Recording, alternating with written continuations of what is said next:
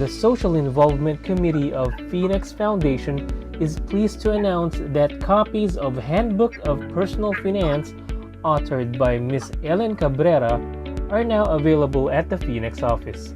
Please contact the Secretariat for interested parties.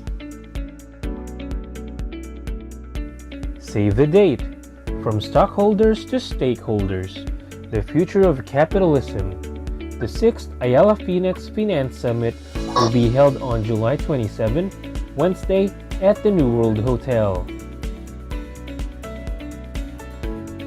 We would now like to thank our year-round sponsors.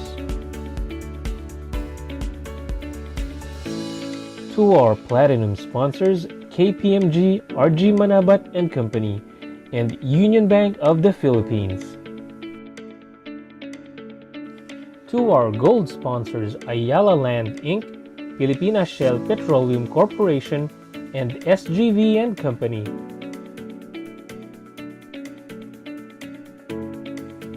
And to our patron sponsors, BDO Unibank Inc., P&A Grant Thornton, and San Miguel Corporation.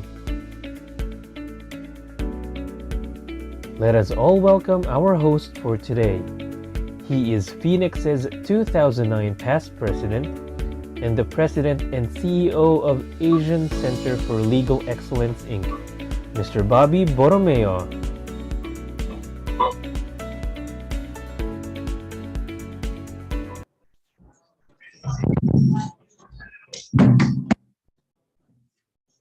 Good afternoon.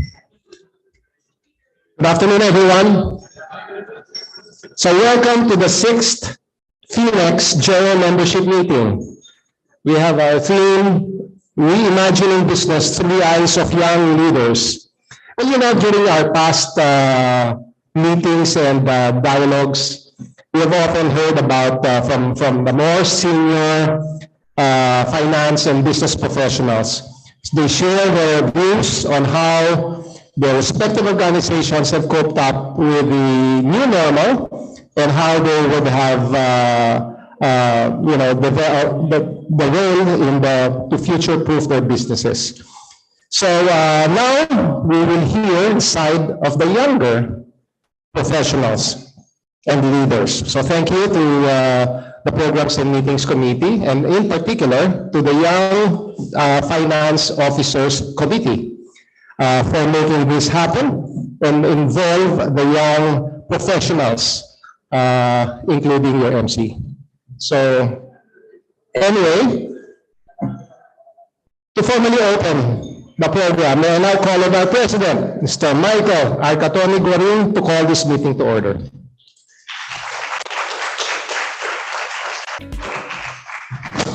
Good afternoon, everyone. So again, welcome to our 6th General Membership Meeting. So I would like to call our meeting into order.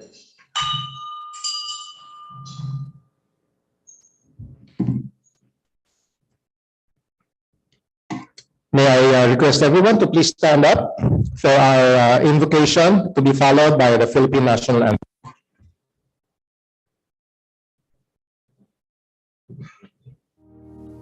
Heavenly Father, you are our Creator, our light, our wisdom and strength. May we ask for your guiding hand to lead us through this forum today and every day as we accomplish our work and various tasks. We pray for joy, enthusiasm, and fulfillment in our work. May we conduct ourselves and our business dealings in an environment of fairness, respect, and compassion. May we ask you to enter the hearts and minds of our leaders and countrymen. Give them strength, wisdom, so that they may lead us through these difficult times with honesty, integrity, humility, and selflessness. Finally, we pray that you extend your healing hand over us, our families, and our nation, and help us overcome this health crisis that has claimed so many lives, including the lives of many of our friends, family members, and colleagues. Please heal those who are sick and guide the hands and minds of our doctors and nurses as they care for them. All these we humbly pray. Amen.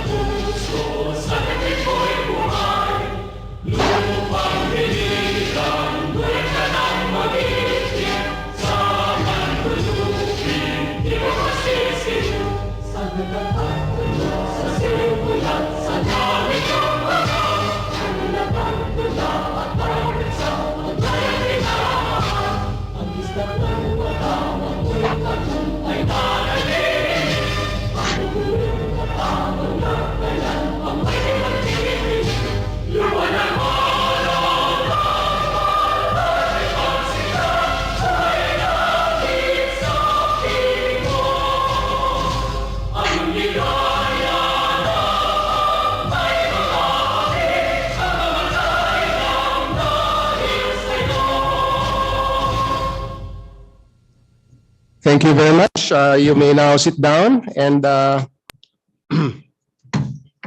let me now call back our president for his president's time. Thank you, Bobby.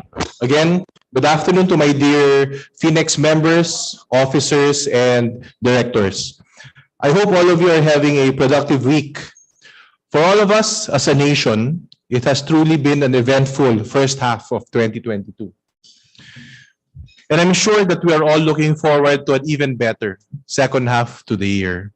Despite the headwinds that are currently developing, both here and abroad. Within Phoenix, the committees, your officers and directors have been working hard to give you more webinars and seminars for the rest of the year. And we are working closer with alliances and third-party organizations to have joint events that hopefully will bring you more value. And also, again, it seems like physical attendance seems to be growing. This is our fourth membership meeting for this year. Third regular GMM out of those four. So those who are listening in their homes through Zoom, feel free to attend our next few physical meetings. No? It's always nice to have actual interactions with members and guests. So the topic for this month's GMM, reimagining business through the eyes of young leaders. Well, it comes at a point where the intersection of evolving challenges brought about by the global pandemic, plus recent advances in technology, coupled with geopolitical challenges, for sure, and lastly, the economic volatility, they have raised questions on whether the level of change and uncertainty in today's environment, which we've all experienced or are experiencing, whether they're temporary, would we go back to semi-normal, or are they signals of permanent change? I would like to share some insights gathered by KPMG together with Ms. Eddie Weiner. She is the CEO of futurist consulting firm, The Future Hunters. If you're not familiar with that organization, I suggest that you visit their website. They do open up your minds on what the future may hold. This was during one of the webcasts conducted in late 2020. I know that it's been over 18 months ago, but I'd like to think that the insights and potential learnings from that webcast would continue to resonate with us until today, 2022. So Weiner and KPMG discussed the forces reshaping the business landscape and how boards and executives should be reimagining. So that's the tie-in with our topic for this afternoon, reimagining the future and rethinking strategy in light of these forces. I'm actually interested to check later if these trends and or insights would echo or resonate with any of our speakers later on.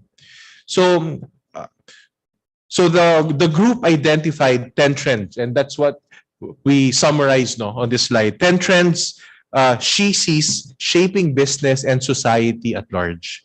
Number one would be intergenerational cauldron, which means that intergenerational dynamics, they are becoming increasingly unstable as life expectancy increases.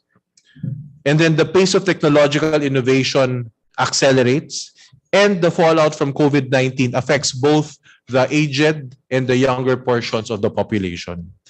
Next would be visual literacy. It is the ability to understand digital literacy, including GIFs, memes, avatars, and avoiding misunderstandings, such as recognizing deepfakes, for example. This will become a growing imperative and priority for companies and individuals alike. Third would be trust. Advances in AI and cyber attacks have made it difficult to believe what we see and hear at first, making trust actually a luxury. So employees will be hired based on whether they can be trusted to interpret and use such data. Fourth, something that we're slowly seeing here in the country would be robots in the workforce. The workforce will consist of humans and AI working side by side, raising important questions of ethics and ownership of the decision-making process. Fifth would be rise of the DICE, or DICE stands for Distributed Income Compensation Enterprises, DICE. We're already familiar with some of them. One example would be crowdsourcing, service provider networks, and even the gig economy. These are changing the context of our work environment as a whole. Sixth would be feudalism 2.0. Business decisions based on algorithms will require regulation and increased transparency to mitigate issues such as bias. So I'm sure all of you are familiar with the issues being faced by Facebook, and there are even calls to potentially regulate the internet as a whole. No? But again, I think that would be a big stretch. But those trends are indeed happening. Seventh would be environmentalism. Anxiety and urgency to manage climate change is spreading among all generations. So it is not merely among corporates through ESG, but it is indeed a global phenomenon that cuts across all age groups and social classes. Eighth would be public capitalism. Related to the triple bottom line, which most of us are familiar with, and conscious capitalism, public capitalism measures the company's returns to society for better or worse, along with financial returns. The pressure will increase to introduce issues such as equitable compensation, product quality, workforce inclusion and diversity, and environmental sustainability into the metrics by which individuals and corporations are measured moving forward. The ninth would be techno-psychology. It is an emerging field wherein it's their nexus of mental health and technology. How technology is affecting how we operate, how we think and behave. And then lastly, popularism as opposed to populism. A movement where ideas, irrespective of political affiliation, are promoted and democratized. So given all these, what then should boards and executives such as us consider? First, one of the suggestions would be reconsider the planning horizon. I'm sure all of us are used to annual capital budgeting where the horizon could be from 6 months to 15 months. But instead of planning using those horizons, one suggestion is to use in parallel different planning horizons. First would be 1 to 2 year horizon, then at the same time 5 to 7 year horizon, and thirdly something much longer, 10 years to 25 years. And another aspect is do not assign the same groups of people to envision what will happen within those 3 different horizons. So for example, those working on the 1 to 2 year horizon should be financially and administratively focused, analyzing the current market and conducting a competitive analysis. That's for the 1 to 2 years. For the 5 to 7 year horizon group, it should be composed of forward thinkers who can look at emerging technologies, competitive forces again, shifts in regulations, social pressures that would affect the next 5 to 7 years, and geopolitical and economic trends. And then thirdly, the people to be assigned to handle the 10 to 25 year horizon, you need to assign people there who you deem as visionaries within your organization that can foresee not just change, but mega changes and create a future for the organization that will change significantly while keeping the vision alive. So the hallmark of reimagining, so you can see here, lower left corner, the hallmark of reimagining is not about what the competition is doing. It's about what you are doing to make your company more effective and efficient going forward.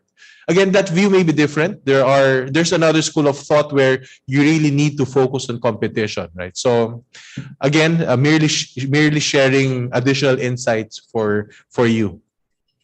The second suggestion is to focus on significant outcomes as opposed to significant causes, right? These outcomes may have many causes, which may be too many to try to identify and manage. And a company, the main idea there is a company should prepare to deal with these outcomes as opposed to the causes, regardless of the cause. So it was concluded that in order to effectively mitigate risk, the company must identify the outcomes that are of highest concern. It's more of prioritization of risks. So I leave all of these with you in mind. Try to connect them with some of the insights and sharings from our 3 speakers. Again, thank you for accepting our invitation today. It's our honor to listen to you this afternoon. But before I conclude, I would like again to thank the Young Finance Officers or the YFO Committee for spearheading the planning and preparation for this month's general membership meeting. So thank you very much. Thank you to our YFO chair, Ray Abilo is here, and our liaison director, Ms. Edith Lichao, is also here. And again to the YFO core, Kathy, Edith, Kai, our master who will lead the discussions later, Brian, then Mark McDowell, and I think Jing will be attending. Jing's there. So to the rest of the YFO committee core group. Again, I wish all of you good afternoon. Please enjoy the rest of the program and mabuhay ang Phoenix.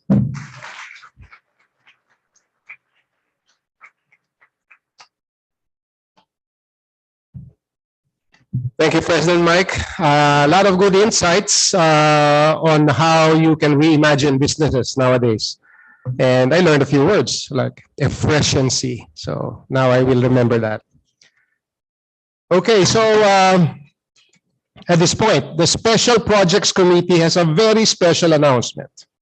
This is something that we will look forward to at the end of the year. I hope so. So may I invite the committee's liaison director, Ms. Edith Lichao, to give us more details about this project. Good afternoon, everyone.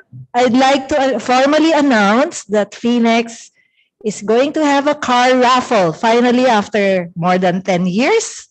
And this was planned last year, and we're really going to push through this year. And we will have this raffle by December.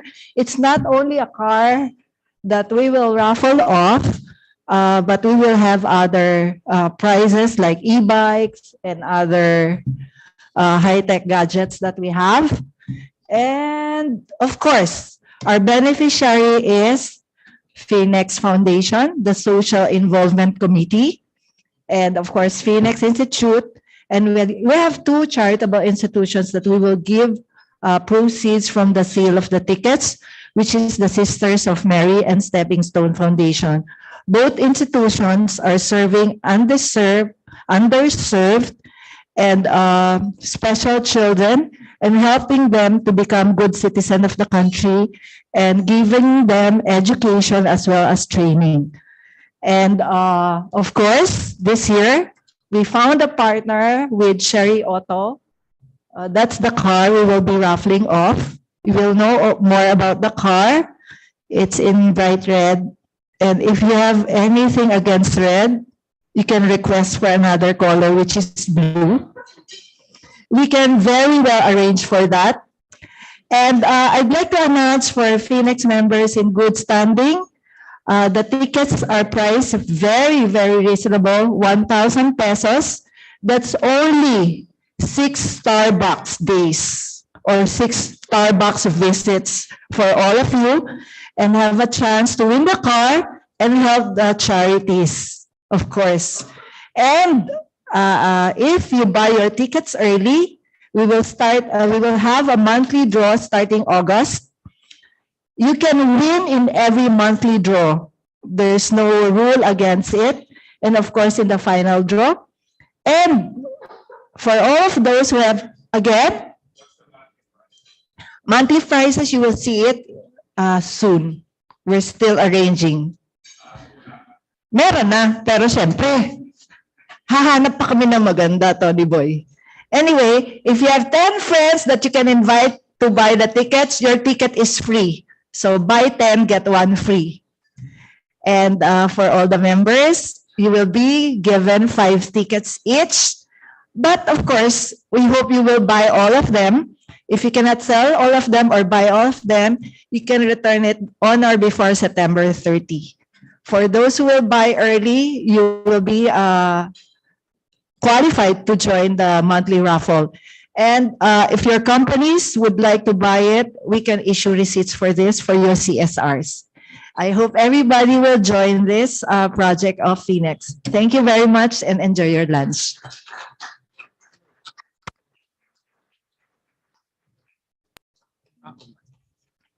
Okay, thank you very much, Edith. And I do hope that by the time you win the car, the price of gasoline would already have gone down. Otherwise, just hope to win the e-bike or the e-scooter if that's part of the monthly price. So, okay, at this point, may I now call online the chairman of the Affiliates and Partnerships Committee, Mr. Carlos Cervantes, to facilitate the MOU signing with Women Biz PH. Kaloy, are you there? Yes, sir. Good afternoon, everyone. Good afternoon, fellow Phoenix members. Phoenix will sign a memorandum of understanding with the Women Business Council Philippines Incorporated, also known as Women Biz PH, composed of the country's top women business leaders and entrepreneurs. The Women's Business Council Philippines, Inc. is the leading voice of women in commerce, inspiring and empowering women in the Philippines. Serving as the platform to discuss women's issues in business and possible government policies and solutions, Women Biz PH is the lead private sector partner of the government, particularly the Department of Trade and Industry and the Philippine Commission on Women, and represents the Philippines in APEC and ASEAN events. As an advocacy group with 51 members, Women Biz PH is an active force in looking for solutions to challenges that women in leadership and women in business generally face in the conduct of their business. Further, it seeks to promote women-led and women-owned enterprises through networking and through the use of technology. Its objective is to advocate and facilitate the needed accesses of women in business, particularly small and medium enterprises, to become sustainable, to thrive, to grow. Our president, Mr. Mike Arcatomigorin, will be the representative of Phoenix with Mr. Domingo Go, the liaison director of Affiliates and Partnerships Committee, and yours truly, the chairman of the Affiliates Partnerships Committee, will be the witness. Women Biz PH will be represented by its president, Ms. Rosemary Rafael, who is also a Phoenix member, and Ms. Maria Eileen Abiva, their chairperson, and attorney Benedicta Dubaladad, their vice president, also a Phoenix member. We will now ask you to please sign the document as you have there in front of you. And after signing, kindly show the signed document on your screens, so we can have one picture taken for posterity.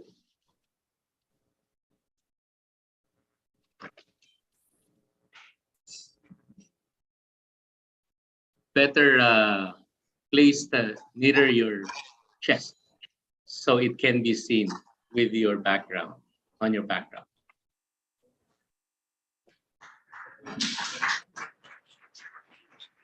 Are we done? Thank you, Ms. Rosemary, Ms. Eileen, and Attorney Dick. We hope to have a fruitful partnership with you. Good afternoon.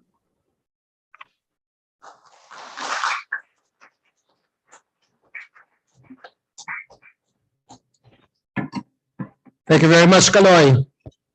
Now, before I proceed to the next presenter, just like to take note that the selling pitch, sales pitch of Edith has been very, very effective. That already one of our members, Attorney Eunice, has pledged to buy 10 tickets. So I think just approach Edith to your respective pledges. The higher, the better. The more, the merrier. So as I said, and as Edith said, as you receive your tickets, don't return them, buy more. Okay. So now may I call on stage, if he's already here, the chairman of the CFO of the Year Award Committee, Mr. Jet Pampolina. Jet, hi. So to officially launch the search of the 60th ING Phoenix CFO of the Year Award. Jet. On time.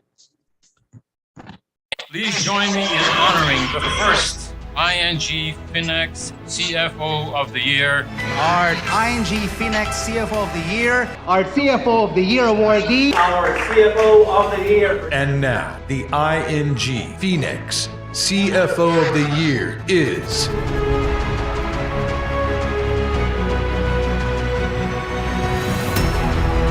for more than a decade now, Global Financial Institution ING and the Financial Executives Institute of the Philippines, or FINEX, the umbrella organization of more than 800 finance and business professionals, have been shining the spotlight on the Philippines' best CFOs to promote good corporate governance in the country. Choosing the CFO of the Year follows a set of qualitative and quantitative criteria. This set of criteria was designed by the FINEX Foundation and the Ateneo Graduate School of Business.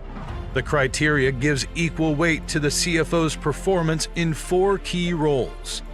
As steward, the CFO preserves the assets of the company by minimizing risk and getting the books right.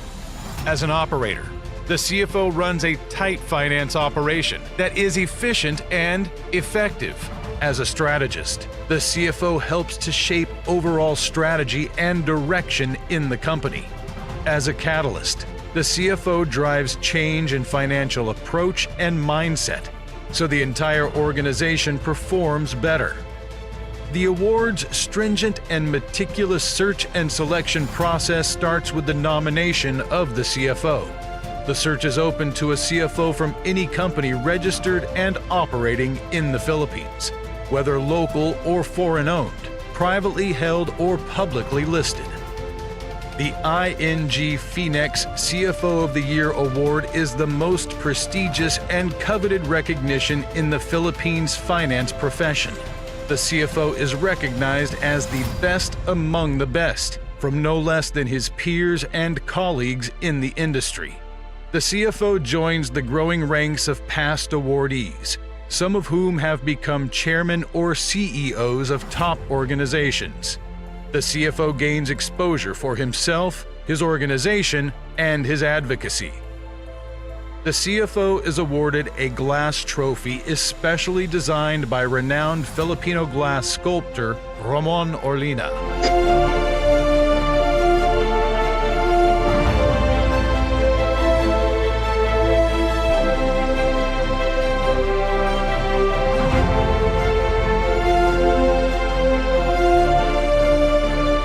Shining the spotlight for more than a decade now, the ING FINEX CFO of the Year.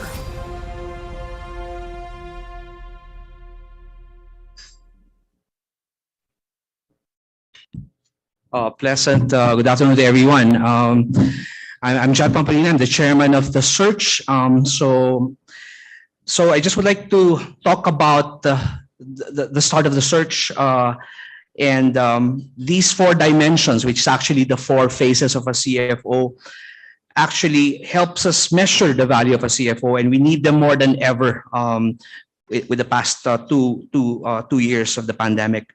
This is also to ensure that we are practicing gender equality. So you've probably seen how we probably selected our selection in the recent past.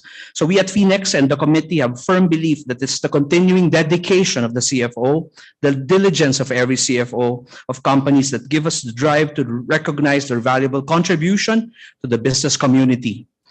It gives me great pleasure to be here today, my first face-to-face meeting with you, to formally launch the search of the 2022 ING FINEX CFO of the Year.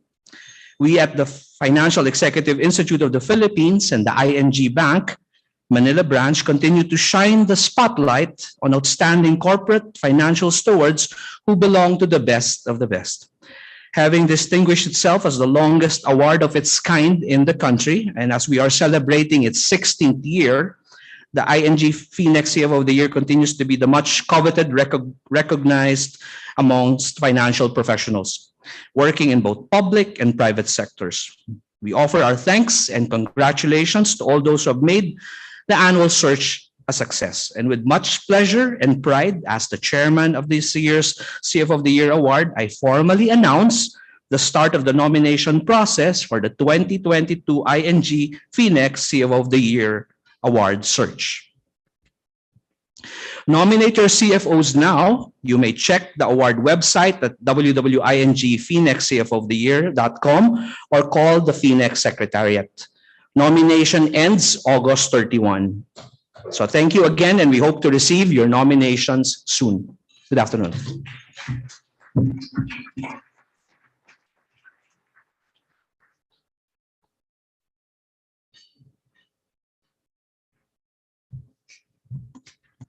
Thank you very much, Jet. Actually, as an added bonus during the search for the awards, Jet will render a song. Right, Jet? Okay. So now let's move on to inducting new members of Phoenix, a very important event considering that we need to really beef up our membership, especially with new younger members, so as to improve the average age of Phoenix membership. So may I now call on the chairman of the membership committee, Kaloy Real Cervantes, to introduce our new members. Good afternoon once again. Hello, members. We will now induct the following new members. I shall call on the name, will state the company position and the company and its his or her sponsor. Number 1 would be Athena Ava M. Alsol, who is attending via Zoom. He's head of treasury of Steel Asia Manufacturing Corporation, sponsored by Josue Amba Jr.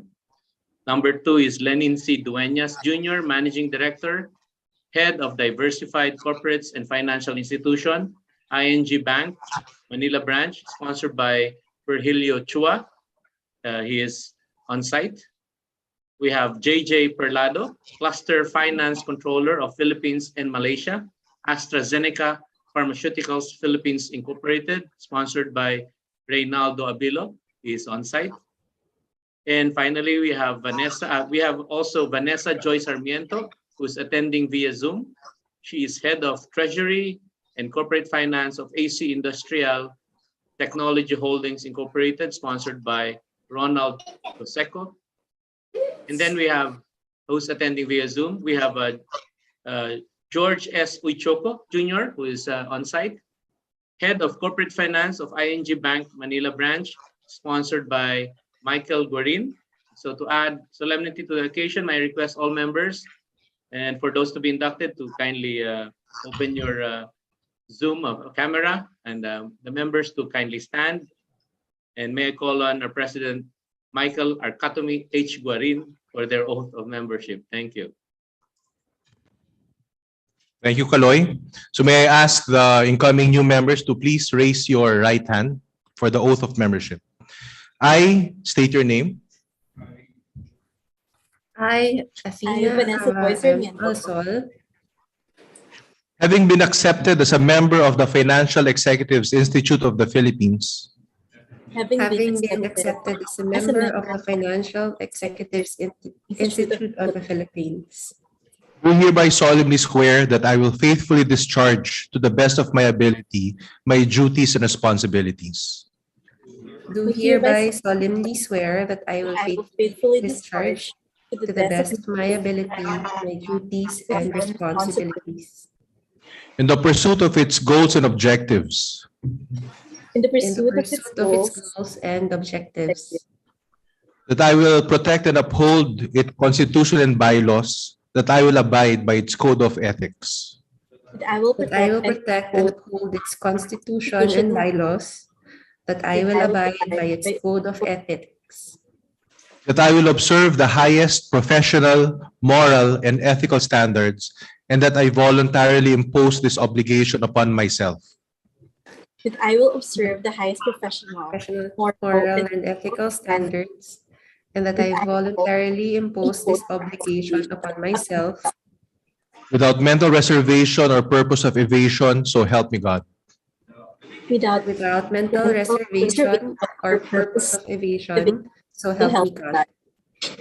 Congratulations and welcome to Phoenix. Congratulations, Vanessa. Congratulations, Athena. Thank you. Thank you, Mike. Thank you.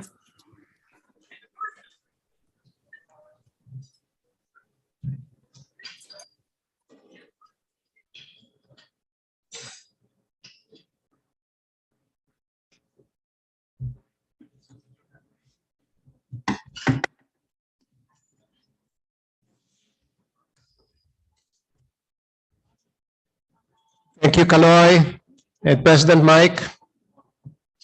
And welcome to our new members.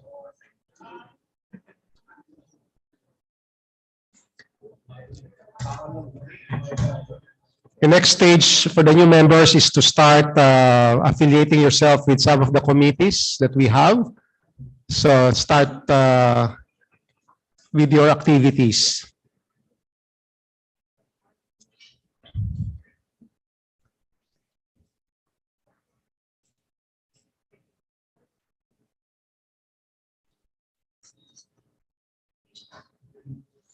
Another round of applause for our new members.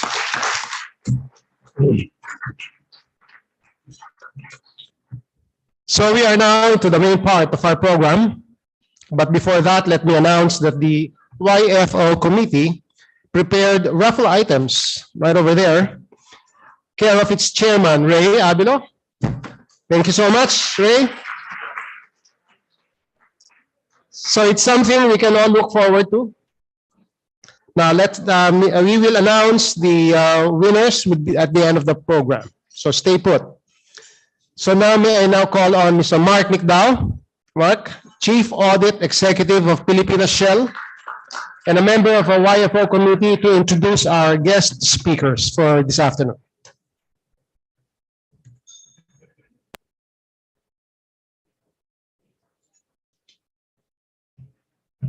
Good afternoon, everyone. Parang di pa nakain. Good afternoon, everyone. Ayan, thank you very much. My pride and honor to introduce our trailblazing and inspiring speakers for this afternoon. First off is a colleague and a friend, Mr. Randolph Randy Tan del Valle is the Vice President and General Manager for the Mobility Business of Pilipinas Shell Petroleum Corporation, or PSPC. He is also an Executive Director of the PSPC Board. He's responsible for the downstream marketing mobility business that covers more than 1,000 sites, serving more than 1 million customers a day, enabled by a strong team of 15,000 employees, forecourt service champions, and retailers. Randy brings with him more than 20 years of experience across various businesses in the energy sector. In his recent role as Global Head of Strategy and Planning for the RDS downstream retail network based in Singapore, he helped shape and deliver a number of important retail growth projects in Russia, Indonesia, Mexico, India, China, and the US. He evolved the network strategy and planning process and methodology towards a holistic value maximization approach with various integrated retail offers, and prepared the business to test new ideas in line with the energy transition through digitalization and innovation. Prior to this, Randy was in the group strategy consultancy based in London, UK, and The Hague, Netherlands, where he led various high-impact projects in upstream, integrated gas, shale business operations, and downstream. He was also part of the selected core team that played a pivotal role to effectively plan and execute Shell's largest strategic acquisition of the BG Group in 2015 and 2016. He also held various local, regional, and global roles in retail marketing, as well as in sales and operations based in the UK and the Philippines. Randy is very passionate about people development, innovation, and the energy transition development, team success, and puts customer first. Randy is a chemical engineer, where he earned his Bachelor of Science in Chemical Engineering from the University of San Carlos, USC, Cebu. He earned his MBA degree from the London Business School, UK. Secondly, Paulo Campos III is the co-founder of Zalora Philippines, having founded the company in late 2011 after seeing the opportunity to take advantage of the emerging e-commerce industry in the country. He was instrumental in the spin-off of Zalora Philippines logistics arm into Intrego, a logistics venture in partnership with Ayala Corporation Infrastructure. He also serves on the board of Shakey's Pizza Asia Ventures Incorporated and sits on the audit committee and is chairman of the corporate governance and RPT committees. In addition, he is on the advisory board of the social enterprise Generation Hope and is a member of the Ayala Innovation Advisory Council. Paulo has also recently launched an early stage investment called Kaya Founders, a fund that invests in the next generation of high-impact entrepreneurs coming out of the country. The fund has made over 20 investments to date in startups ranging from e-commerce, healthcare, fintech, and a number of other technology sectors. Paolo holds an MBA from Harvard Business School and graduated magna cum laude from Princeton University with a degree from the Princeton School of Public and International Affairs. Bigat, no? Hingi pala ako Shakey's discount mamaya, Paolo. Yeah. Mr. Pepe Torres, not but not least, is the Chief Marketing Officer of Maya, the country's all-in-one money platform powered by Pay Maya Philippines for digital payments and Maya Bank for digital banking. This year, he has led the successful rebranding effort of Pay Maya to Maya, as seen on his shirt later. Pepe brings with him more than 13 years of business growing, brand building, and award-winning performance in global, regional, and local roles with iconic brands across diverse industries. Prior to joining the company, Pepe was the Vice President of Digital, Consumer Banking Group, and Vice President of Strategic Marketing, Marketing Communications Group of BDO Unibank. He was behind the launches of BDO Pay, BDO Checkout, and Kwentong Kabayan campaign, the last of which made BDO the first bank to win top marketing awards both locally and regionally.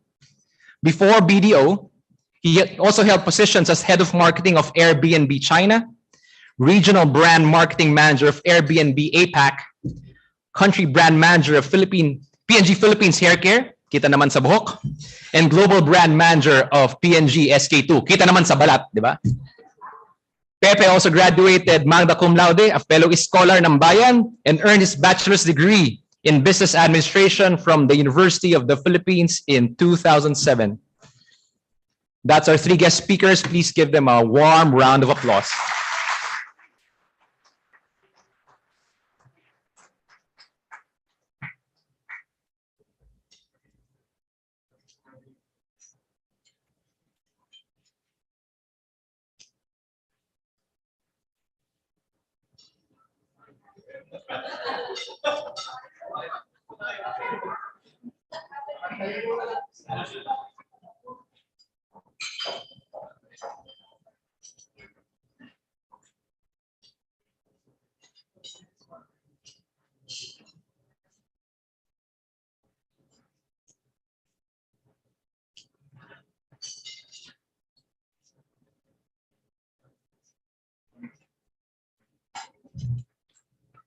Okay, akala ko Mark, tuloy-tuloy ka na eh, kumakain na ako eh. Anyway, I guess as we have called on all our speakers, may I now call them to join us here on stage. Randy Del Valle, Paolo Campos, and Pepe Torres.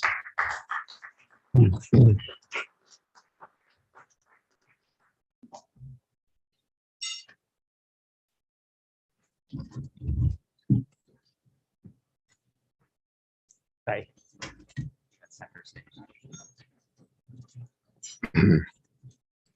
So, have you decided who goes first? So, maybe let's say Randy. Randy, go first, then followed by Paolo, and last by Pepe. All right, thank you. Okay, thank you very much, Shimon, and many thanks, everyone. Of course, discretionary note ata sa Shell, but you can move it out already. We're a publicly listed company, so whatever I say is actually very medyo sensitive. But it's great to be here. Hello, Phoenix community. Really great to actually have a face-to-face session and hybrid. It's a great opportunity to actually just share some stories. So I was invited by Ray to actually have a moment to actually talk about leadership, but I wanted to just correct everyone because may parang young leaders, and I think both of them are very young. I've been in the industry already for more than 20 years. In fact, I actually celebrated my 24 years in Shell this month. But I started when I was 10 years old. So yeah.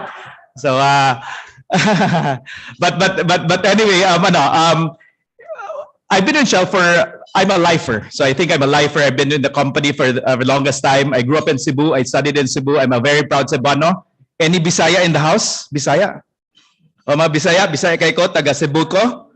Carolinians ako. So we're both Carolinians. I'm very proud as Cebuano, but I had an opportunity to actually work in a company that actually is the same as my personal values.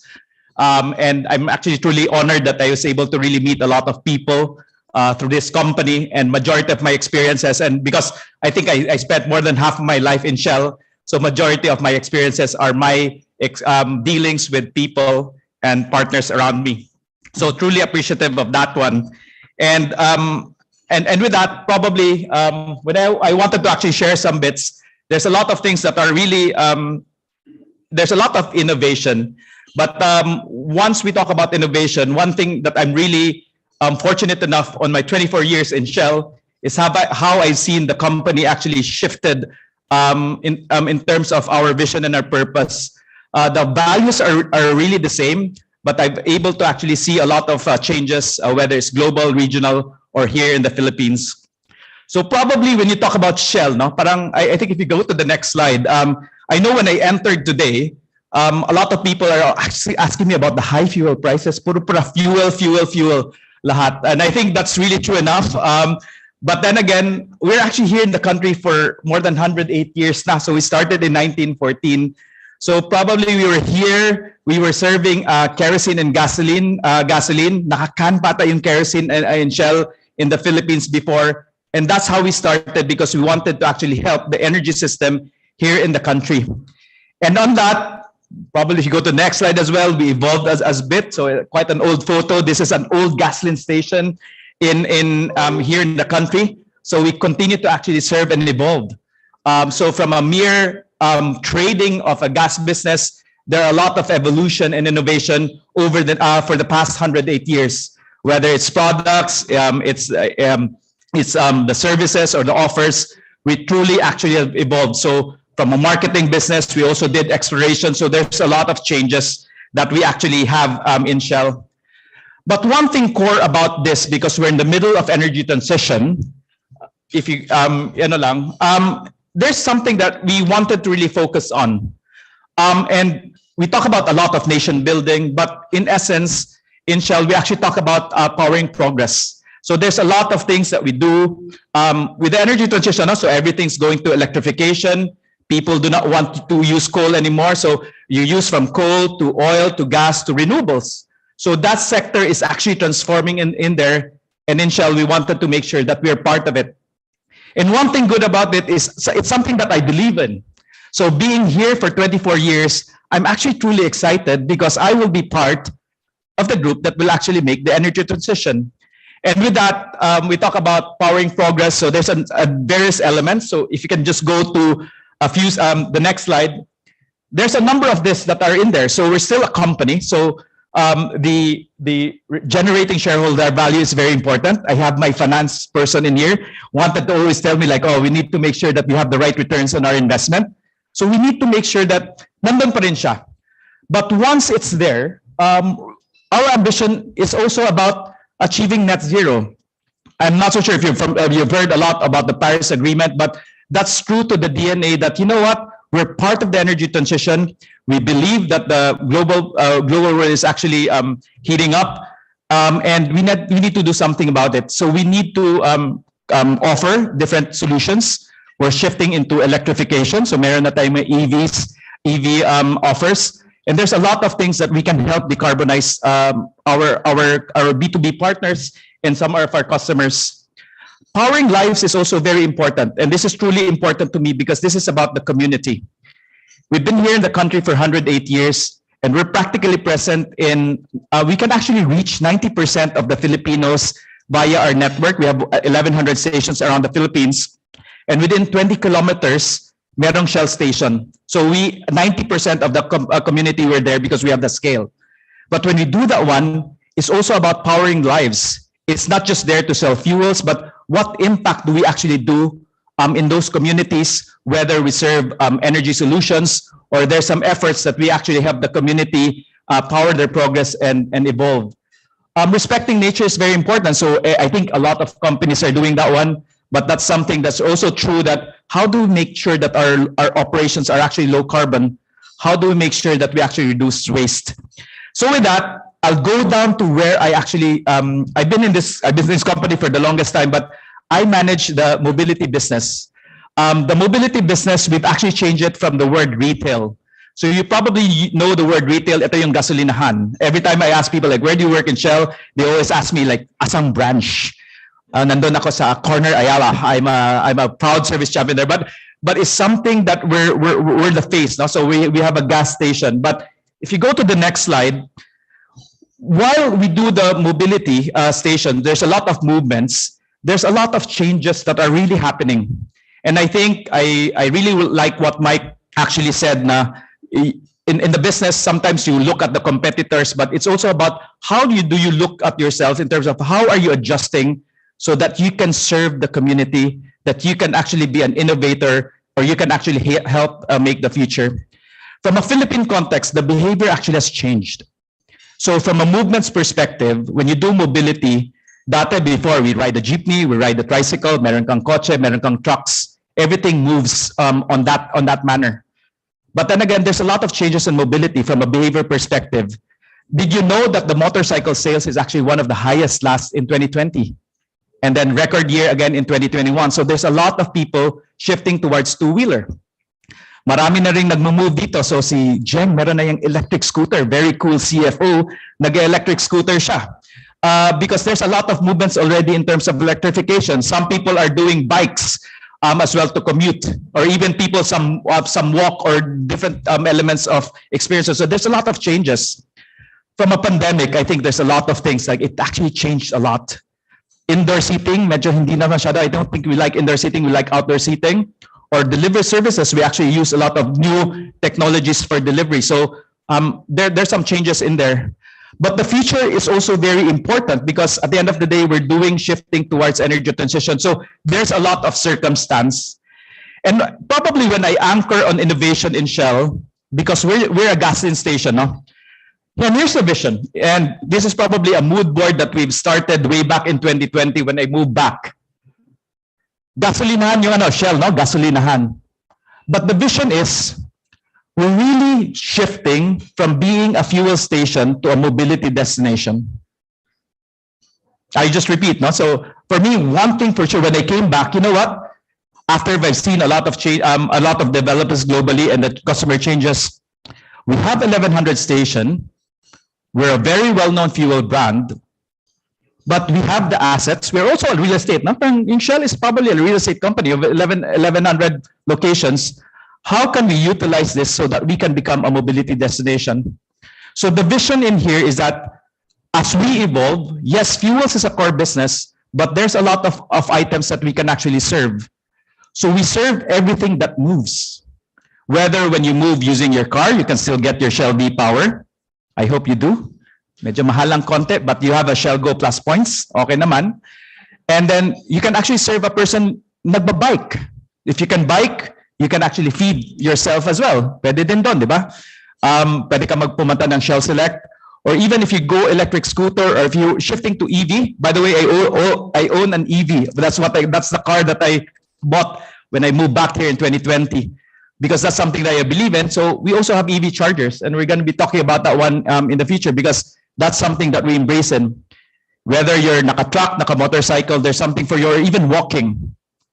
Or even if you do not want to go home, go out of your home, we can also serve you because we do delivery services in our Shell Select. So you can actually order online via Grab, via Food Panda. There's something for you in Shell Select. So mobility actually has changed. And in Shell, we wanted to make sure that we serve all the mobility needs of our customers, especially for the changing times.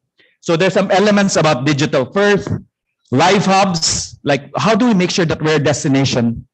Kasi ako, before, like I told them, like before when you drive, no, and then probably nauubusan na ng gas, you said like, you know what, I need to probably gas up at Shell because may magandang fuels. That's probably very 30 years ago. And then 10 years ago, siguro nagda-drive ka going to Baguio and medyo naiihi ka or you wanted to go to the toilet. Sabi mo, I'll go to a Shell station because maganda yung toilet. So right now, kung nagda-drive ka, meron kang family in there, like medyo nagugutom ako. I wanted to get something kasi mahirap na magluto at the homes. The vision is, I wanted to pass by a Shell station because there's something for me. there's something for my family. So it's not just for my car. And that's Practical Vision because we are located in 1,100 sites and we're growing here in the country. So that's the shift and the vision that we wanted to do. From a short-term perspective, if you go to the next slide, we actually talk about these bikers. So this was just an easy innovation that we did in Shell way back in 2020. We said, medyo dumadami yung two-wheelers natin. Sino nagmo-motorbikes dito, by the way? Sino yung enthusiast? Marami tayong mga bikers dito. Pero weekend ata, is it a weekend thing, no? Or do you do it in weekdays as well? Or weekdays as well. So maraming mga bikers. And then our insight for the bikers is, the way we design the site is very pang trucks or pang four-wheelers. So we introduce this biker lanes. We introduce this in 100 locations, that there's a dedicated lane for bikers because that's something that's very important. We don't want the bikers to be second class, but that's just a quick win. No? So you don't have to change on the asset. You just put that in, and there's something in store for a new segment. If you go to the next slide, there's a lot of things about expert care as well. During the time of pandemic and nowadays, we do a lot of servicing. Very important. So, sino mga taga-OEM dito? So, this is not against OEMs, but sometimes when you service in an OEMs, medyo mahal, di ba? Sobrang mahal a little bit. So, there's something for you in terms of the servicing in our vehicles. There's some car wash. And currently, we have expanded for the past 2 years already. We're now at 400 sites doing servicing on our Shell Helix oil change facility. That's very important. The other element is about digitalization. If you go to the next slide. I do hope you have the Shell Go Plus app. So this is something that we've introduced. Loyalty is very important. I think a number of retail brands are doing loyalty. I remember a time when I was still a loyalty manager way back in 2002. Nagsastamp pa kami. May mga stamp pa yan. You get the stamp, you put it in there.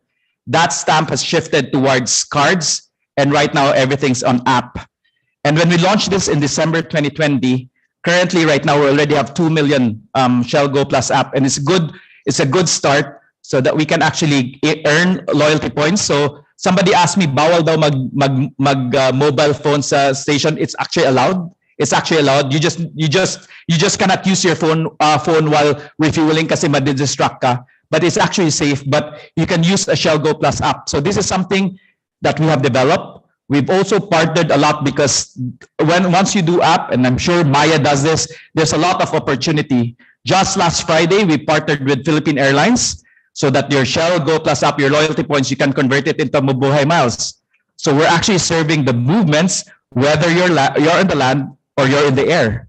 So, diba? So there's a lot of things for you. So every time you gas up at the Shell station, there's an opportunity for you to earn Mabuhay Miles points. And then you can actually get freebies, not just a gasoline voucher or even a plane ticket within international and domestic. So there's a lot of opportunity for digitalization. So I do hope that you download it, but there's gonna be more opportunity. This is just a start, but there's a lot of things that you can actually do with digitalization. If you go to the next slide as well, Business Life Hub. Sino ba yung mga cyclists dito? So mga weekend cyclists. Cyclists din, medyo marami yung weekend cyclists. So we actually said that, you know what? We are a mobility destination. If you actually bike from Manila to Tagaytay, if you pass by a number of Shell stations, there's really something for you. There's food, there's good water, merong boiled eggs. Importante daw yung boiled eggs eh. So yung mga boiled eggs or sagging. So there's a sagging and boiled eggs in a Shell Select station so that when you cycle there, there's something for you.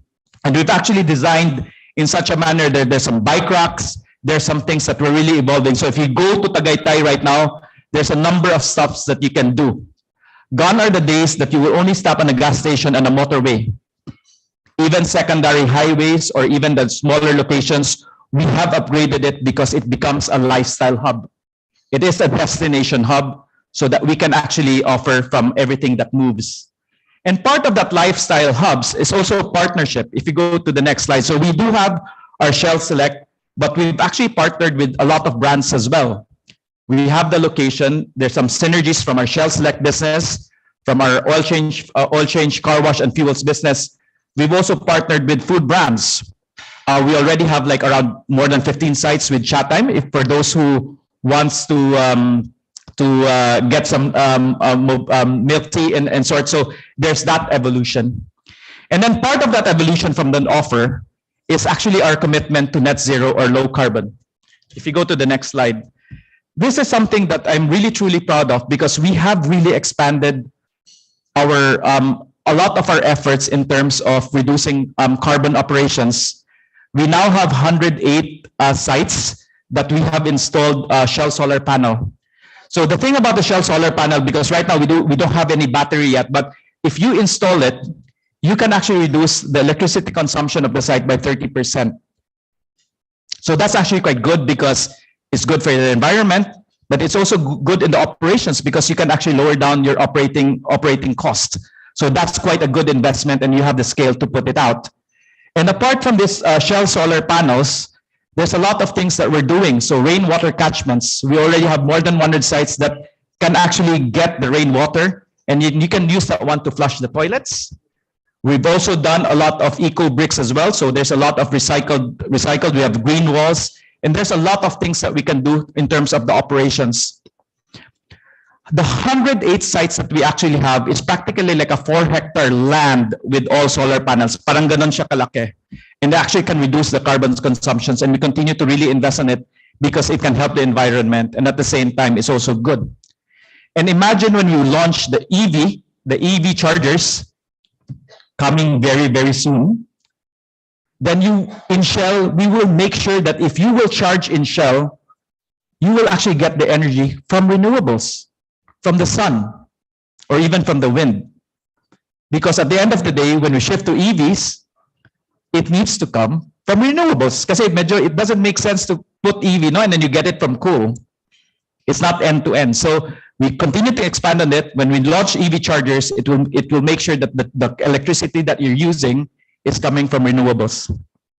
So that's part of it. And the last bit of elements, and I did not really show about a lot of things, but there are some offers that we're really shifting because the cleaner energy solutions is very important. I think majority of the companies are really shifting towards decarbonization. So there's a lot of offers that we can do.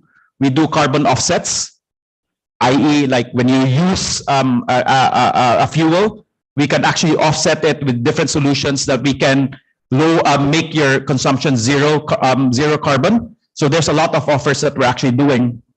The last element is sort of circular economy too. So we collect the lubricants bottle nationwide. We partnered with Green Ants, which I think spoke here already in Phoenix. And when we continue to actually do circular economy and then make it into blocks, and that's how we build our stations. So medyo it's a circular economy in effect. So probably there's a number of things. You can do a lot of things. You can innovate a lot of things. But once you innovate, and I think this is something that I'm really truly proud of, if you now go to the next slide, when I actually came back, while the values is actually there, the appetite for innovation is very, very good in terms of the organization. So managing a team of like, I have a direct team here, but an influence of around 15,000 sites, service champion nationwide. If you're very true to your vision and passion, and then you can actually learn a lot from people with one purpose on low carbon, a purpose in terms of serving the community, it makes my work a little bit easier. So I wanted to probably stop like there's a lot of innovation, but the innovation can only actually happen if you have the people who really believe in your purpose. And I think when we actually even shifted our name from retail to mobility, our shift to sustainability, that was one thing that makes it a little bit easier and actually makes me happy to actually work with people who are very passionate and driven with one purpose. So that's just internal. And then probably I'll end with the last bit here. For us to really move forward in terms of innovating, serving the community, there's a lot of elements that we can really do. Customer centricity. It doesn't make sense to innovate if it's not good for the customers. Committing to the action, but in terms, the second one's very important to me is really collaboration. And collaboration not just sits within the organization, but the various partners that we're doing here. When we're launching EV, it's not something that we're doing for Shell. It's something that's good for the Philippines. If you do that one, we need to work with the community, with the government, with the private institution, with the OEMs and the partners. So we do that, we can make the best solution for the country. And I think there's a number of things, but of course we can do a number of things and innovate things much further if we actually do this together. So I think I'm so happy to be here. I hope you get to know you more. We're here to innovate together. We partner a lot as well. So I'll be happy to have some chat time with you, or let's do a coffee in Shell Select or chat time, my treat. Konti lang gasin kasi medyo mahal yung full tank. But there's some bits like loyalty points. But I'll be very happy, and my team are very happy to work with you so that we can collaborate and make the future for the Philippines. So maraming salamat.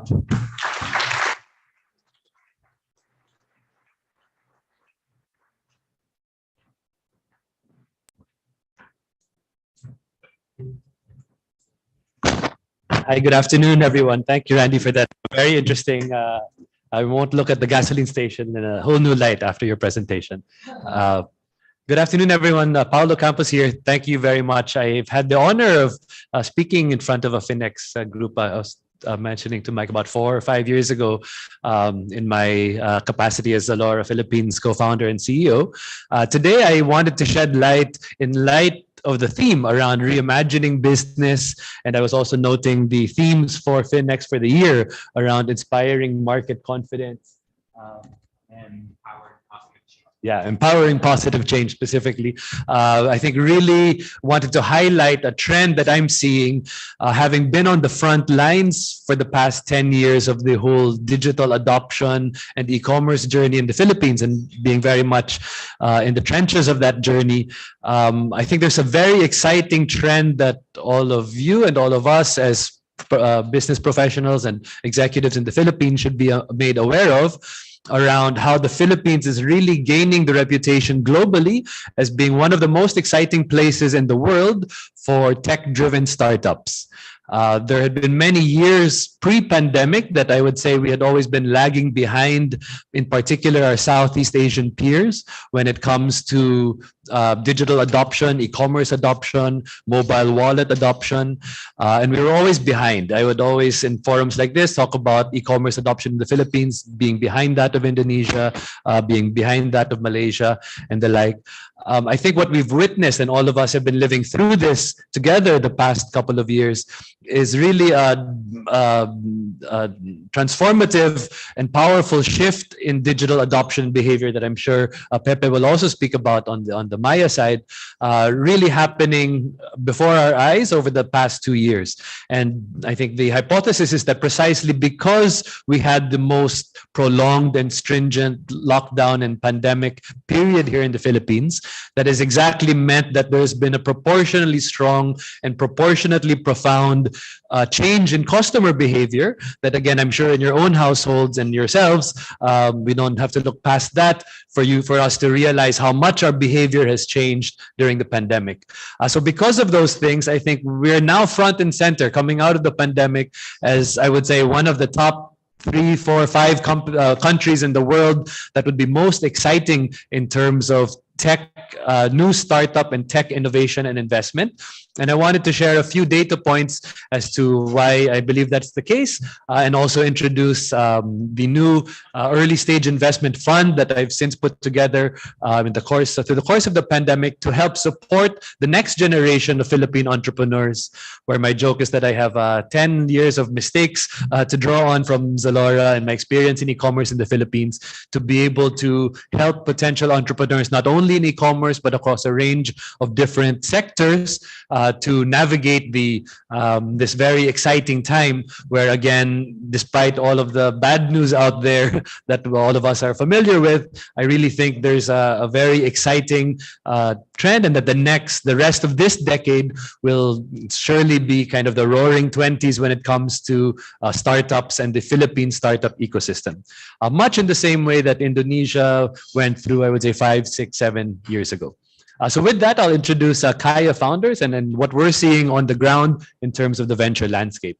So if we go to the first slide, what we're seeing is that there's a tremendous amount of opportunity in the Philippines, again, driven by the pandemic and pandemic-induced behavioral change.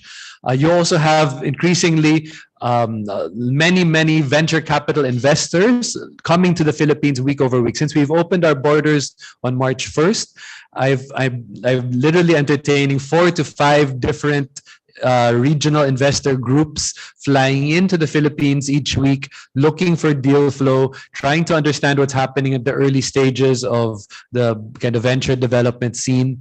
And I've really never seen this type of enthusiasm and excitement for the Philippines ever before. So you have a tremendous opportunity. You have tremendous capital now, and if you know kind of where to look, there's a lot of capital flowing into the country.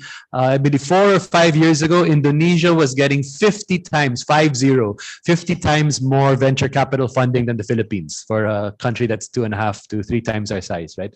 I'm happy to report that as of last year, for the early stages of venture capital investment, the Philippines exceeded Indonesia for the first time in terms of venture capital investment.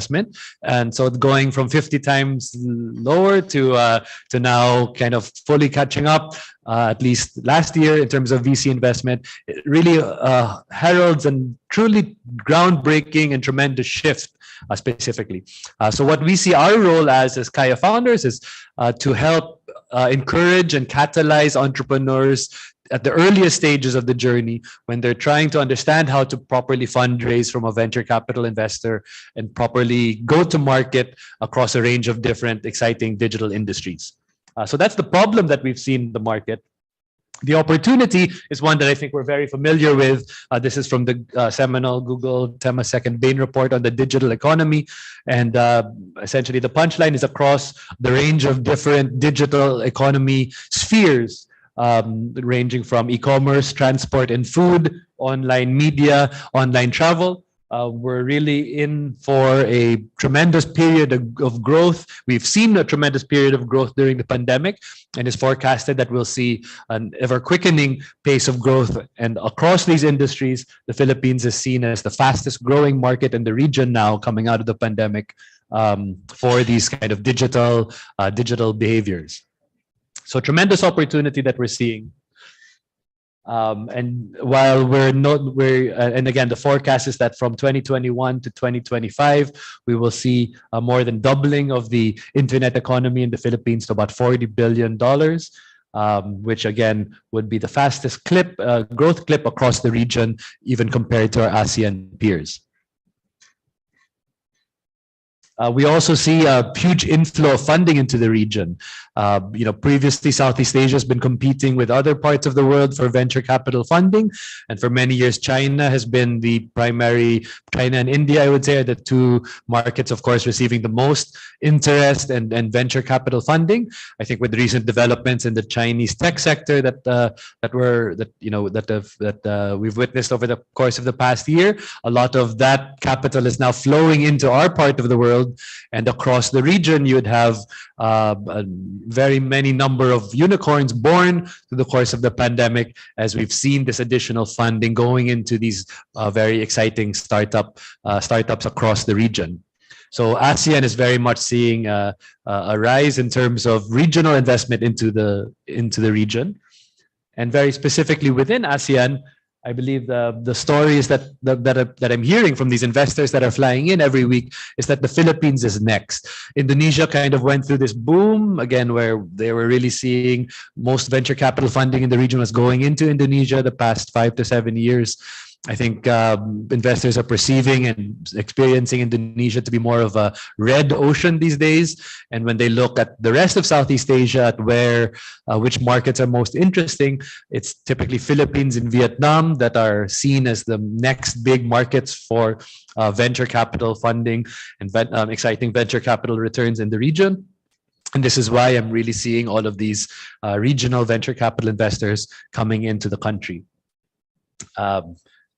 Moving on to very specifically around why the Philippine story is exciting. I think, as we said previously, we had always been lagging behind in terms of some of these adoption metrics. But again, because of the pandemic, really accelerating, and by our accounts on the Zalora side, we We've seen that the pandemic saw 5 to 6 years of acceleration of consumer behavior in this very short amount of time. And I think that replicated across a range of different digital and tech sectors and industries, and therefore making an extremely exciting set of macroeconomic factors that are really leading new startups to be able to take advantage of this, also this turbulence that we're seeing, the creative destruction that we're seeing in the economy, driven by this very strong behavioral change. I'll skip some of these slides in the interest of time, and I can share the presentation afterwards. But if you go to the next slide, Philippines has always been a large market, and for Zalora, this is actually now our largest market, despite us being present across a range of different other countries in the region and having started the same business in other Zalora Southeast Asian markets. We're also fully profitable business now in the Philippines. For the other e-commerce players and even something like an Honest Bee that was present across countries before they shut down, Philippines has always been a big market. So there's never been a question around the market opportunity and potential, and especially now with the pandemic-induced behavioral change that has happened, we're really seeing this as being ripe and prime time for new startups to emerge. We are seeing that, and we're in the midst of it. And again, I would say in the past 18 to 24 months, we've seen a series of exciting companies step through the different funding rounds. We saw 2 of our homegrown ventures, Kumu and Grocery, raise Series C funding rounds from very prominent international VCs in the course of the last 12 months. You've seen the likes of Sequoia and Andreessen Horowitz and some of the big VC firms, global VC firms, make their first investments in the Philippines only in the last 12 months. And I think that trend is extremely strong and pronounced. And with this, something that will continue to happen through the course of the rest of this decade. And as I said, to make a long story short, we've closed the funding gap, and the share of venture capital investment going into the Philippines is now at a very encouraging and exciting clip. And we have exceeded Indonesia now for the first time in early stage investments last year. And I mentioned that the local landscape and ecosystem is also developed such that not only the large regional and international investors, but also local investors and ourselves included at Kaya Founders, who are supporting entrepreneurs and early stage investors as they make their way through the journey and really helping early stage companies raise funding round after funding round and show traction in what is a very fertile market now with us coming out of the pandemic. So with that, in that context, we've set up Kaya Founders, where I'm the managing general partner now to, again, support entrepreneurs at the earliest stages of the journey. Our goal is to build impactful companies and invest in impactful entrepreneurs across a range of different sectors and industries. Of course, with the goal of still unlocking investor returns and unlocking returns for our investors.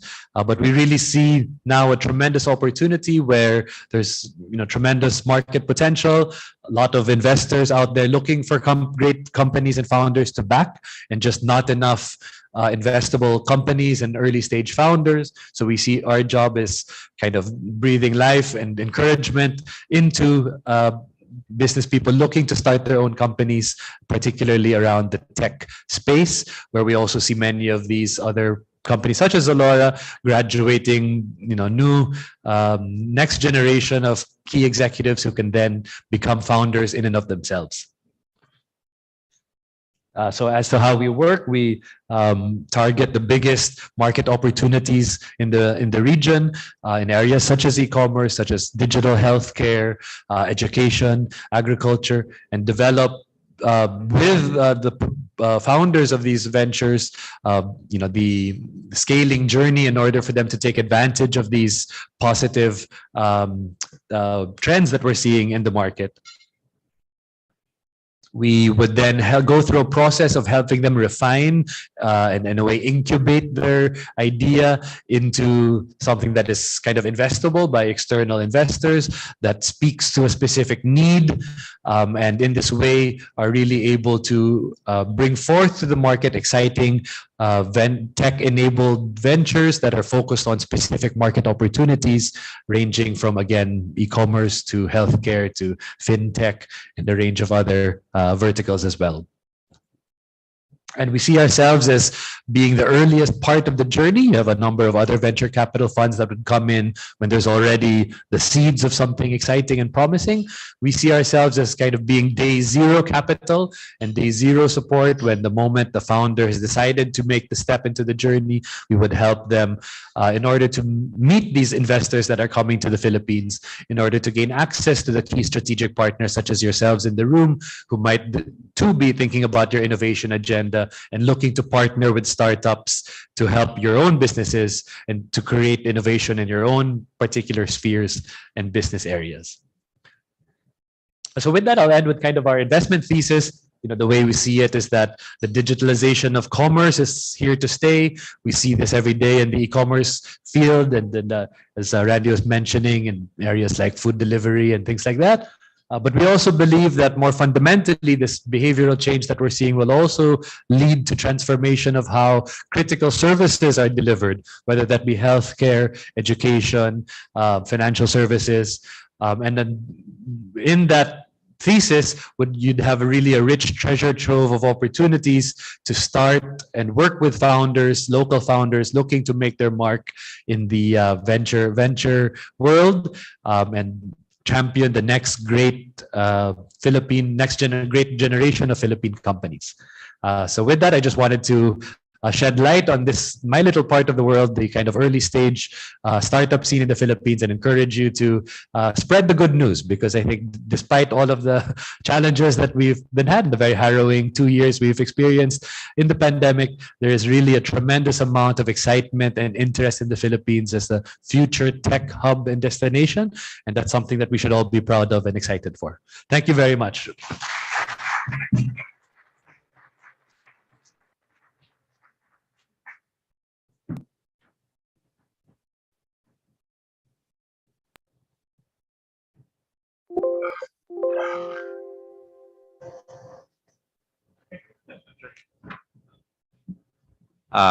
Good afternoon.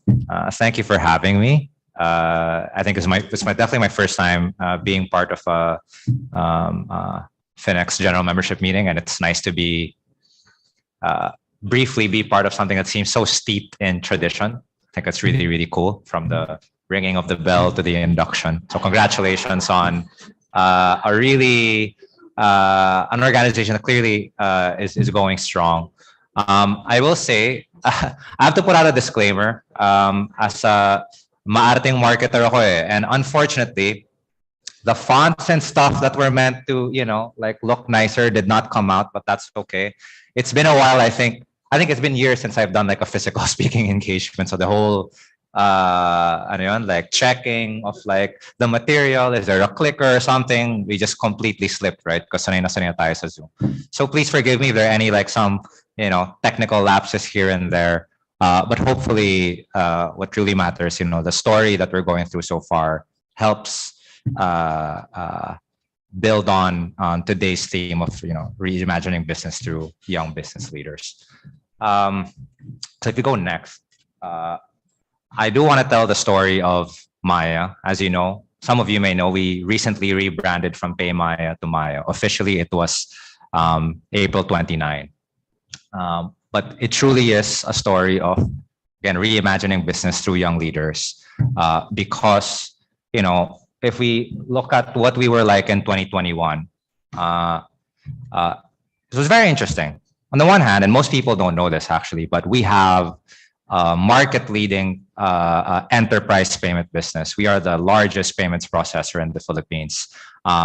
We touch probably the most key industries and several businesses here. So Zalora, for example, and even a company you're on the board for, Shakey's as well. We process our online payments. Shell, I know a couple of branches, but not all. But so we need to work on that. We need 100%. Especially, I think we can create some delightful experiences with your loyalty program.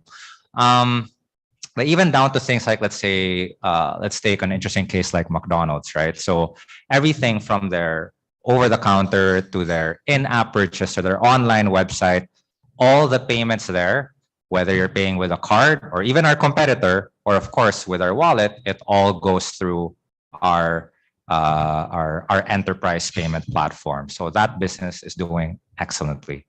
And then we've had our Smart Padala domestic remittance business, which has the largest network. We like to say, because it's true, that we cover 92% of the geography in the Philippines. Admittedly, as a whole category, I think some of us know, like domestic remittances here in the Philippines, of all brands, of all shapes and sizes, have been disrupted by the pandemic and digitalization. So that is evolving.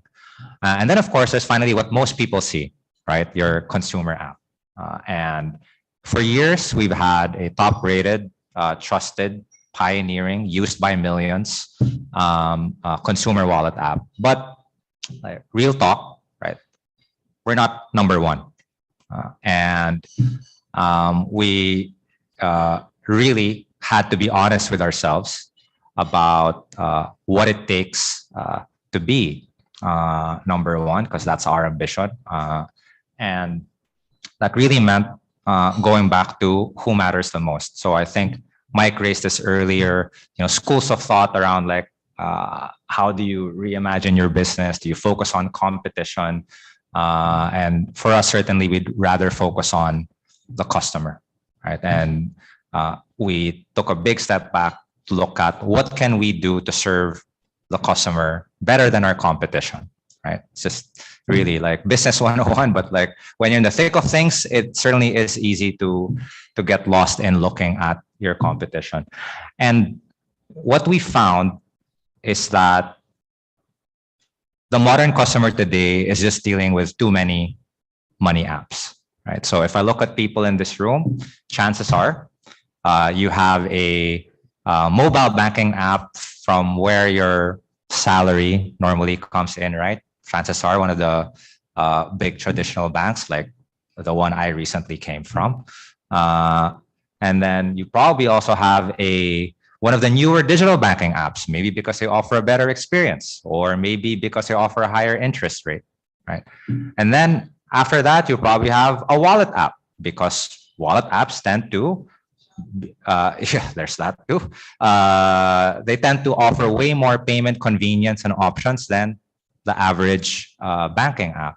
And then finally, if you're into crypto, that is yet a whole new different app. And in fact, we know there are a lot of customers that really want to get into crypto, but just the notion of I have to download a new app and it may not be a brand that I can trust, it just puts them off completely, right? So this is the problem that we found, right? And the point at which we wanted to reimagine our business. What we realized is the next generation of customers are dealing with way too many apps. And this whole experience, we think, is broken, right? Because there was a time when you could walk into your average bank branch and everything you wanted to do with your money, you could do in that one branch.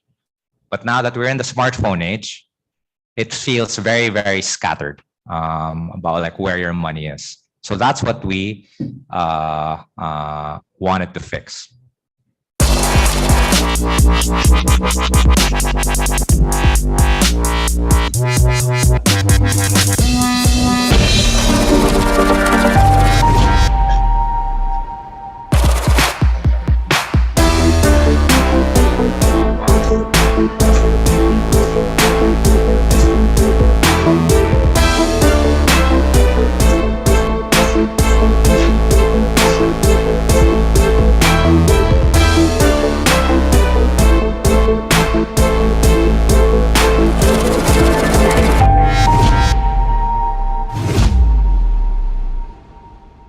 That's how we recently repositioned our consumer app, right? We dropped Pay, as you can see, because we want to go way beyond payments. We really want to be that all-in-one money app where everything you would want to do with your money is in one convenient place. Because we don't think it's a great experience to have to keep switching to different apps and trying to follow what's my balance here versus what's my balance there.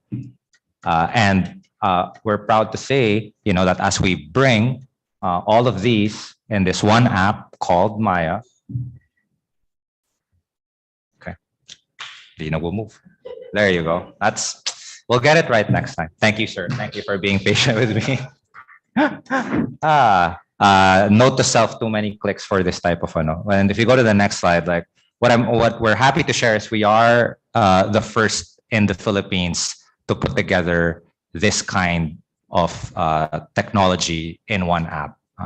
It's the first of its kind in the Philippines, but we're confident that this is the way forward. Now Maya is a place where you can save, spend, grow, and master your money all in one app, right? So why did we get there though?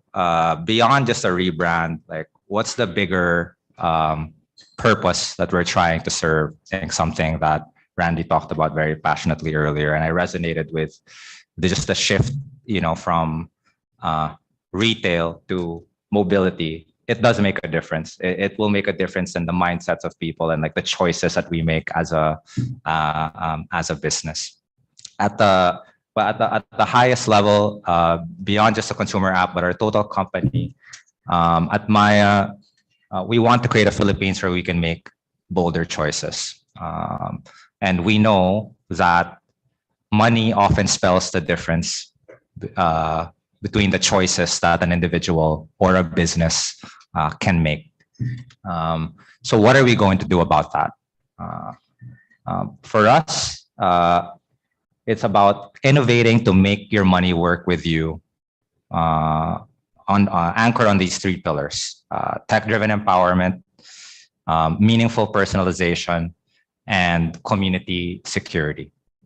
Tech-driven empowerment means we innovate to really simplify, streamline, and make everything related to money feel like it's working to your advantage rather than you're working to crack some sort of difficult institution. And what that means for us, at least in the beginning, is obviously, we have our world-class wallet with a lot of payment features and, over 90,000 ways to cash in for free, whether it's banks or over-the-counter convenience stores or our recently repositioned Smart Padala. We're now rebranding them into Maya Centers, and they are now going to be the preferred cash in and cash out points for many Filipinos that still need that over-the-counter experience. Next, of course, we have become a bank as well, and we did recently launch our savings with a whopping 6% interest rate. So I have another suggestion aside from foregoing your Starbucks as to how you can purchase your raffle tickets, right? If you deposit 200,000 pesos today, right, in 1 month you'll get 1,000 pesos. Oh, that's gonna pay for your ticket already, right? So I strongly suggest you deposit money to Maya Savings. That's how you can support Finex and that raffle. Okay. Next, we have Maya Credit, which for emergencies is really important. You can get up to 15,000 pesos in just a few seconds with a few taps within the app. And that's really just the beginning.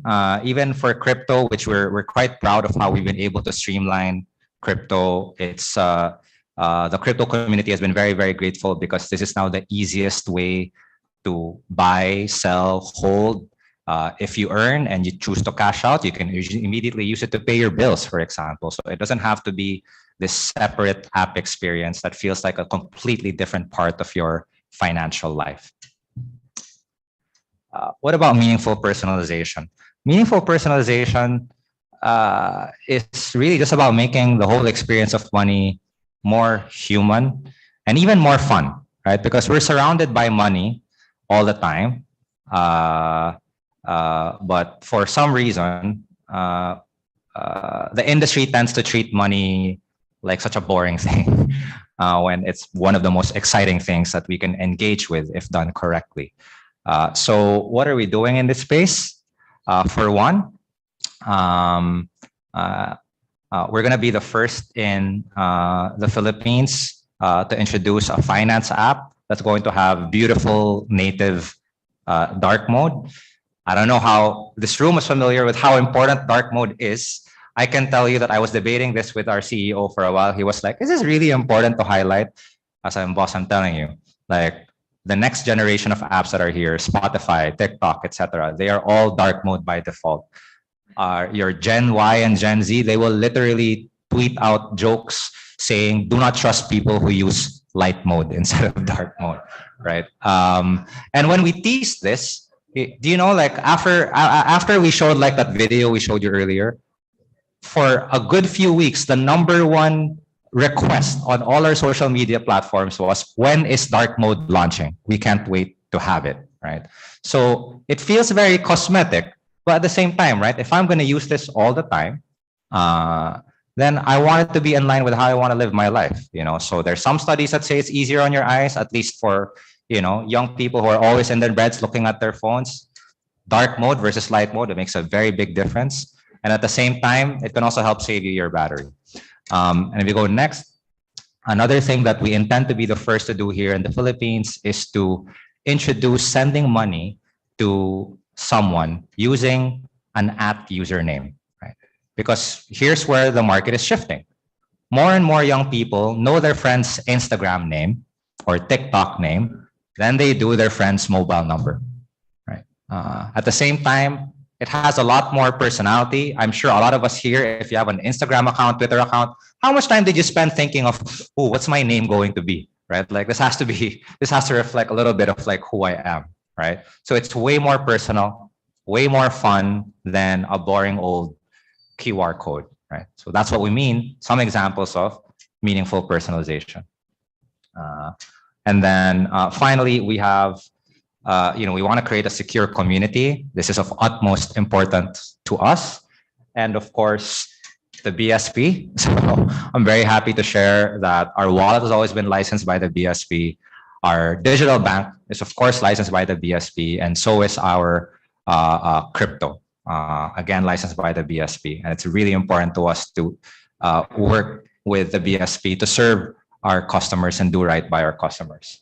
At the same time, we also have world-class reliability. So we're on average at 99.94% reliability. That means we're down less than 1 minute on an average day. So our customers, should we ever be down, will barely even feel it, as opposed to, unfortunately, a lot of transactional apps in the Philippines tend to be down for hours, even sometimes a full day at a time, right? And how can that be if we're promising to be your all-in-one money app where you have a lot of your financial life there? We have to make sure that's always accessible to you.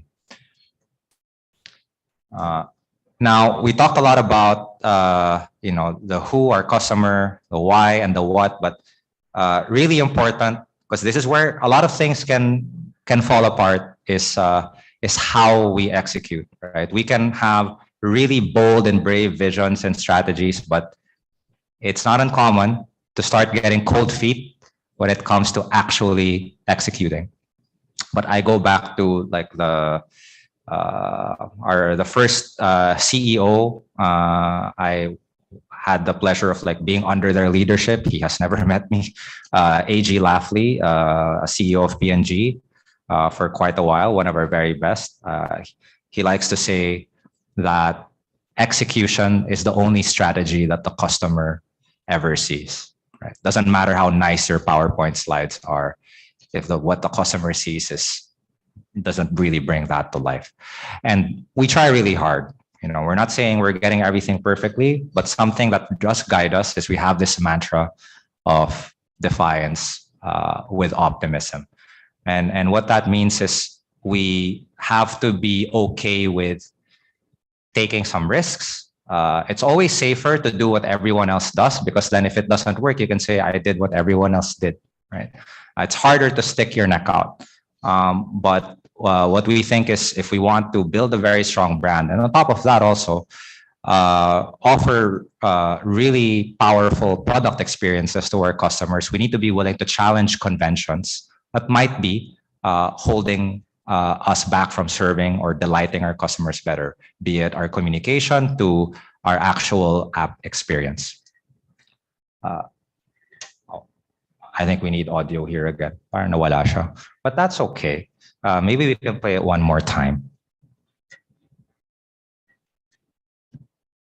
Tsaka may audio pa sa next few slides. So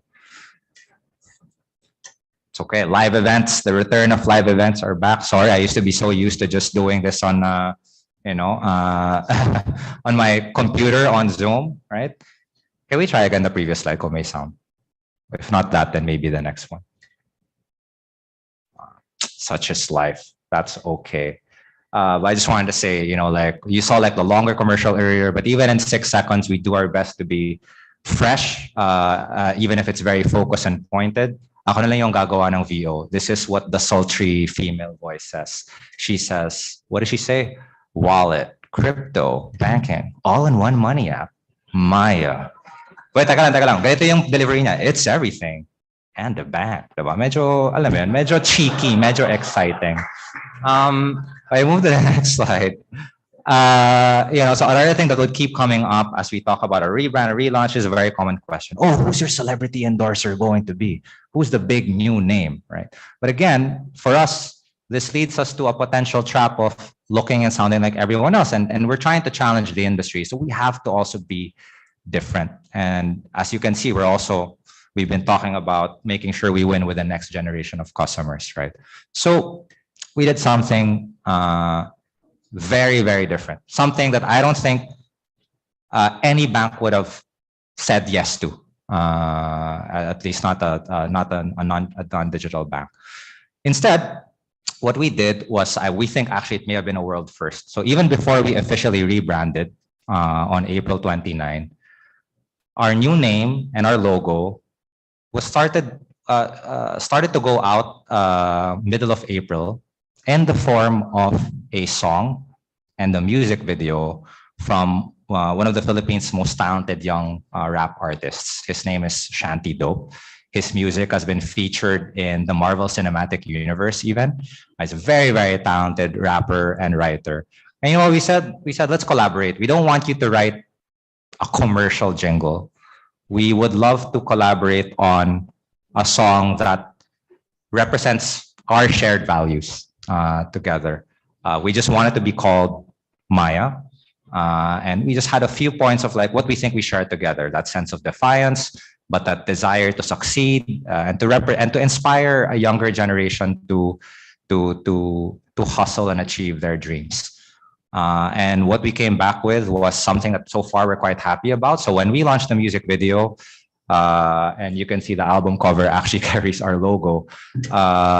This music video trended on YouTube for 4 weeks, and largely organic. And even now on Spotify, because again, it's a real song that our artist developed with us. He was proud to upload it on his own Spotify channel, right? Because normally if it's like a straight up jingle, no artist will ever put it in their own discography. And we're on track. Today, we're like, 545,000 plays. That's at this rate, that's going to go into the millions of plays on Spotify that are, again, organic. And these are customers or, more importantly, potential customers who are willingly playing a song with our logo on the album cover and mentions our brand name 5 to 6 times within the song. We think that's in the long term, our influence on popular culture will lead to much more openness to us as a preferred brand. And even before we fully announced it, people were starting to make the connection already. Parang teka, pay my rebrand ata to, as you'll see in some of the comments. Another thing, just another example of where we're trying to be different is with cards. So Maya, actually, its origin started with making it the easiest way to get a schemed card. And we continue to be the easiest way to get, a virtual card or even a physical card.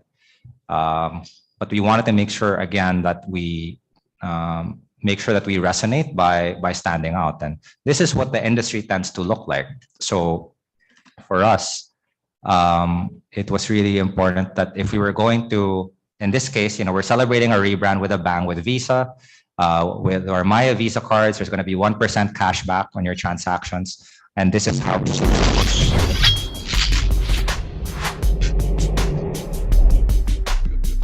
So again, like very fresh and very young compared to what the typical industry does today. And at the same time,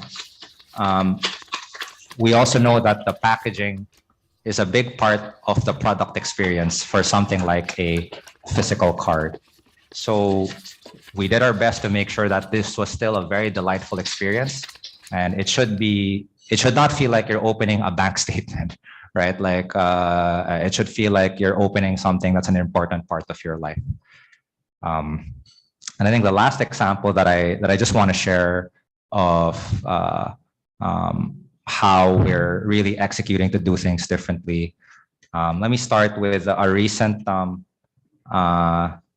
TikTok campaign we just launched. This is going to be an interesting one. Anyone here on TikTok? Right.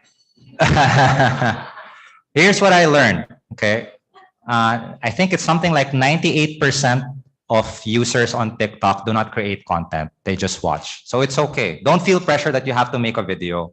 You can just sign up and watch.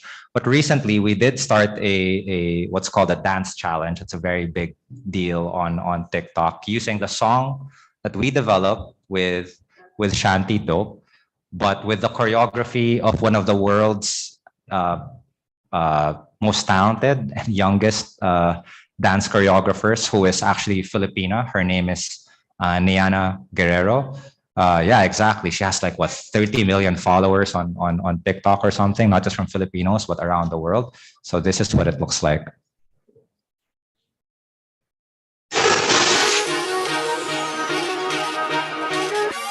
Sa tuwing tinatanong ng kamusta? Ito ang pinaalaging kamusta? Para maya na malaya ang iwan. Habang tumataas, lalong lumalalim ang busa. Sa tuwing tinatanong ng kamusta? Ito ang pinaalaging kamusta? Para maya na malaya ang iwan. Habang tumataas, lalong lumalalim ang busa. So if you want to win 50,000 pesos, that's 50 entries into the Finex raffle. Just maybe bust out some moves and see if you can, you know, it's not easy. The footwork in particular is very challenging. But this now has already over, I think 25 million views at this point. And what's gratifying for us isn't just that, you know, you have the market saying, oh, this is the first ad on TikTok that I have not skipped. And that's kind of like 30 seconds of our brand logo just in their face the whole time. We even have, and we've seen this across our different social media, a lot of customers asking, where can I buy the Maya hoodie jacket? So think about that for a second. There are customers who actually are willing to pay to wear our logo on their body, right? That's a privilege that's normally reserved for fashion brands and not finance brands. But at the same time, this was not by accident, right? We were, again, execution is the only strategy that the customer sees. We were very intentional about creating a brand identity, a logo that from day one, we said this has to be something that people would be willing to wear. It's something that's true and spread out across all of our different assets, from our office to our merchandise to obviously our marketing. We even made our own font, our own typeface. It's called Tuka type, as in bird peck. In reference, obviously, to the Maya bird. And you'll see there are different corners of the letters where you'll find there's actually like the beak, indeed, like pecking the letter. So there's still that nod to our heritage as Pay Maya. We had that mascot and all of that before. And again, for us, we think it's this attention to executional detail is paying off, right? So on the one hand, you have our employees who have never been more proud to say that they work for Maya. They're wearing their hoodies, they're dancing, they're sharing on LinkedIn. At the same time, we even have influencers who on their off time, we didn't pay them to do this. This was after the event where we gave out our merchandise, our swag. On their own time, they decided to just, as they post their stuff on Instagram, wear our shirts that we gave to them, which again then becomes like free publicity and mileage for us, because we endeavored to be not just a finance brand, but also a lifestyle brand for a younger generation. And obviously, it's very early days. We only rebranded in April 29, and that was still kind of like in early access because we wanted to make sure that the revamped app as well was working well. It was really in June, the beginning of June, where we started accelerating our marketing. But even then, in our first month, we have already become the most talked about fintech brand in the Philippines. And more importantly, this isn't just, you know, like the headlines that we're putting out. Obviously, our collaborations with press and influencers are really important, but we like the conversation that is now taking place among customers, right? So aside from them saying, you know, oh, like, thankfully, like there's a lot of positive love for the rebrand, but really more importantly, people are waking up to wait a minute, like, you're right. Like if you can do wallet, banking, crypto seamlessly in your app, that's why some people are starting to make the conclusion Maya or PayMaya is actually way better than our competition, and so on and so forth. And that's changing, you know, and suddenly we have more and more online sellers that are saying, starting today, we are introducing Maya as a mode of payment, right? Because we are changing the conversation around and reimagining the kind of business that we have. Finally, I think what we're proud to share is some of the bold choices that we've made have led to an overwhelmingly positive response. So, of course, you can't disclose certain numbers, but what I will say is we really like where we're headed. We like what our customers are saying about us, and we like how customers are rating us in the App Store as well, and really voting with their satisfaction that we are the most delightful app in the market, as you'll see from Google Play Store and the App Store.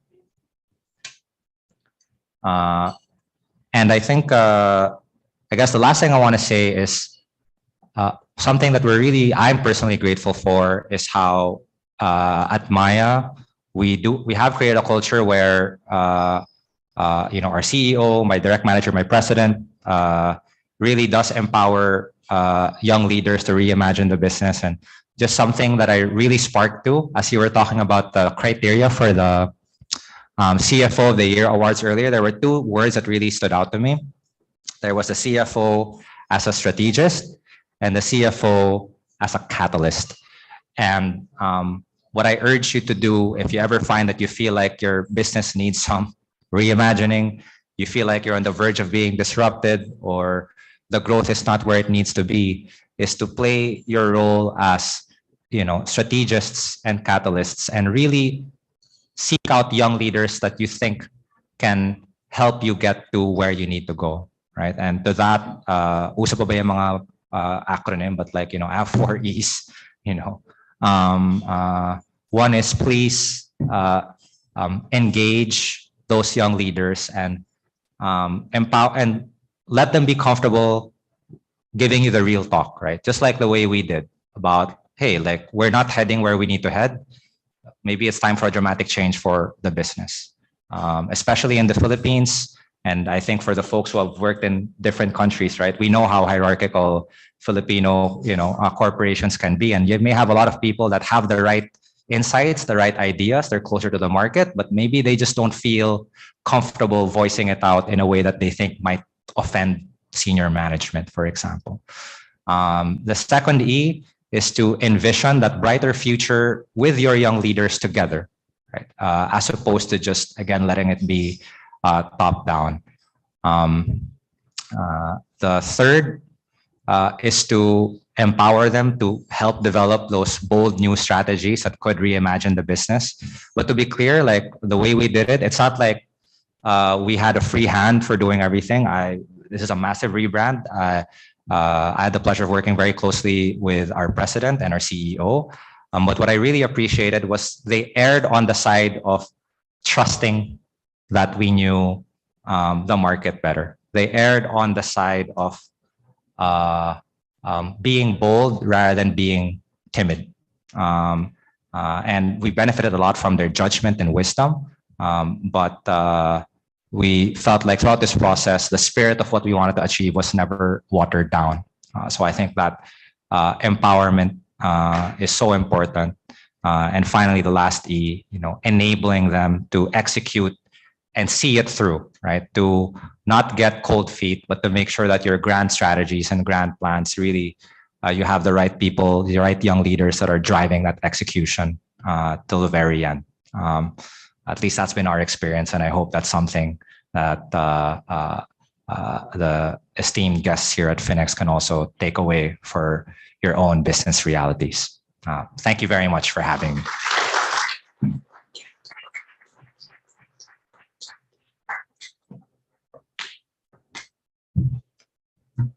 Let's have a big round of applause again to our three speakers, Randy, Paolo, Pepe. Definitely learned a lot of new ways of, a lot of takeaways on how we can reimagine our businesses. And Pepe, maybe the next time around, we'll make sure it'll be less traditional and more hip. And I hope by then I would have grown my hair that long, which is also the envy of Tony Boy. So now we are into our panel discussion, if we can still have time. So may I call on the Vice President of CCT Chemicals, Inc., Brian Trias.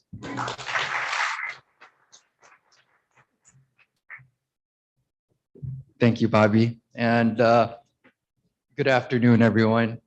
And gentlemen, Pepe, Randy, Paulo, thank you for your presentations and thank you for sharing your thoughts with us today. It's actually in line with our Finex theme, right? Empowering positive change, inspiring market confidence. And it's also in line with today's topic, right? In reimagining business through young leaders. And I really enjoyed listening to you guys. But before we get started, I would like, just a quick shout out to my beloved YFO committee for allowing me to moderate, this GMM's open forum. So thank you. All right, to start off, now we're a little short on time, so we'll have to make this quick and we'll keep it pretty light. So just to start off, maybe Pepe, real quick, one question. What are your marketing meetings like? Our marketing meetings, you might be surprised, like we're very tight on strategy. Like we're always very clear about the words sound very normal, but like we use all the time, like why, who, what, how cohesive is the strategic thought. But then after that, once we're clear on like the strategy, it then fully becomes about, okay, how do we make sure we execute this in a way where it's really different to the benefit of the customer versus what all of our competitors would do. Okay, thank you. Thank you very much for your answer. Paulo, and for you, just one question. Do you see Zalora ever accepting cryptocurrencies as a form of payment? Yeah, certainly. I think some of these exciting trends that we're living to, not only crypto as a form of payment, but I would also say kind of NFTs as a digital asset. We're looking at both of those initiatives very closely. And I believe, how we behave in the digital universe. They say the metaverse is a place, right? It's like a virtual reality base. I actually don't think so. I think the metaverse is a process by which increasingly we're living more and more of our life in the virtual world. Again, it's not a virtual reality place, but rather just how we spend our time and how we prioritize our time and our money across the physical and virtual worlds. And I think from that perspective, whether it is accepting crypto as payments, having NFTs and fashion NFTs for your avatars, those kind of things, I think will all form part of our the future, and something that we look to trailblaze in, certainly. Thank you. Thank you very much, Paulo. Randy, and for you, you talked about the mobility stations, but you didn't quite go into detail about electric vehicles. So let me ask you this: 10 years from now, percentage wise, would you be able to tell me what you think would be in terms of like electric vehicles versus gas vehicles? Do you think there'd be like maybe 10 or 20% of electric vehicles on the road? So I think we are in the middle of energy transition right now, but it really depends on the end-to-end play. I think if we are able to do it, we can do it, but it actually enables a lot of people to really collaborate. So we can put some chargers, but if there's no electric vehicle that are there, or if it's too expensive, that it doesn't make sense. So it really depends on how this country will really embrace on it. And one thing for sure, like we need to make sure that it's also coming from clean renewables. And that's very, very important right now. But we still have a lot of growth in the Philippines that I don't think the renewables can actually power everything. So I would actually say that there will be electric vehicles. We are launching very, very soon. Like in a few days' time. We're going to be having some EV chargers, but it's actually a start. We need to really learn. But I think 10 years from now, there will be, but it's going to be a combination and mix. I cannot say a number. It really depends. If you go on to the UK right now, so even in Shell, we made a commitment in Shell. We already have 80,000 chargers in Shell. But we're really growing. We're committing to around 500,000 in the UK. We're growing a lot. So, but it enables a big collaboration. So for Philippines, we are moving. I'm though probably less than 1% who actually drives a plug-in hybrid. I'm going to be one of the first customers on something that we're going to launch very soon. Nice, very nice. Thank you very much for your answer, Randy. Well, unfortunately, you know, we don't have enough time to keep on going.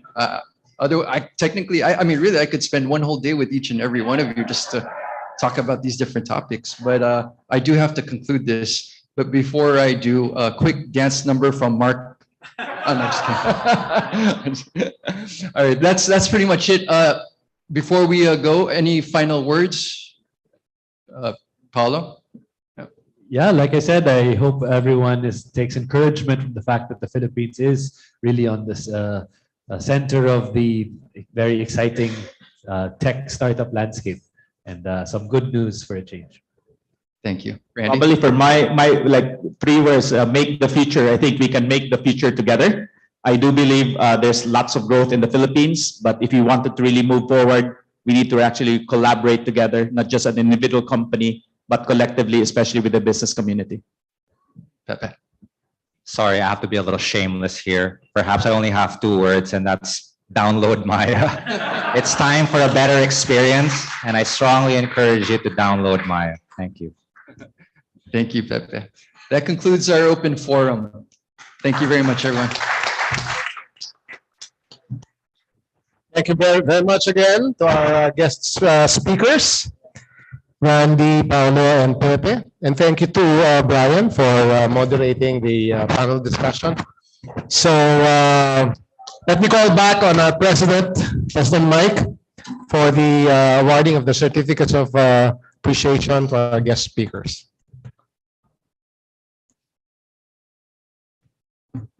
Again, thank you very much to our esteemed guest speakers. So allow us to give you our tokens of appreciation.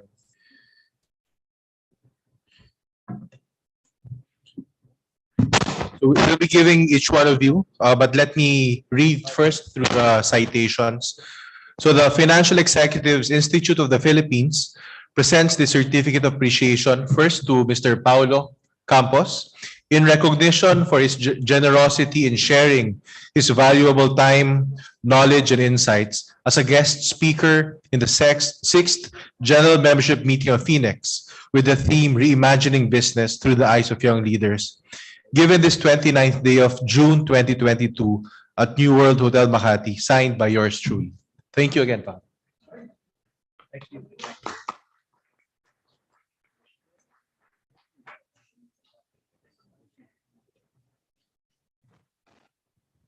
And the next, same certificate of appreciation to Mr. Randy Del Valle. Again, thank you very much, Randy. Thank you.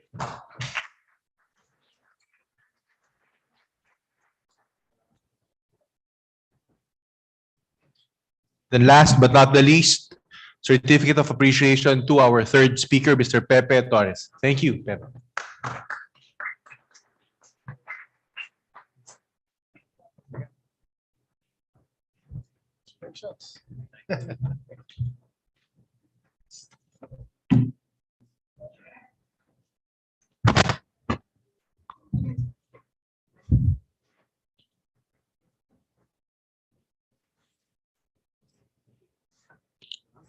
Thank you again. Thank you, President Mike. So as we mentioned earlier, the YFO committee has some raffle items for all of you. So to announce the prizes and the winners, may I call on Mark Nicdao to do the honors.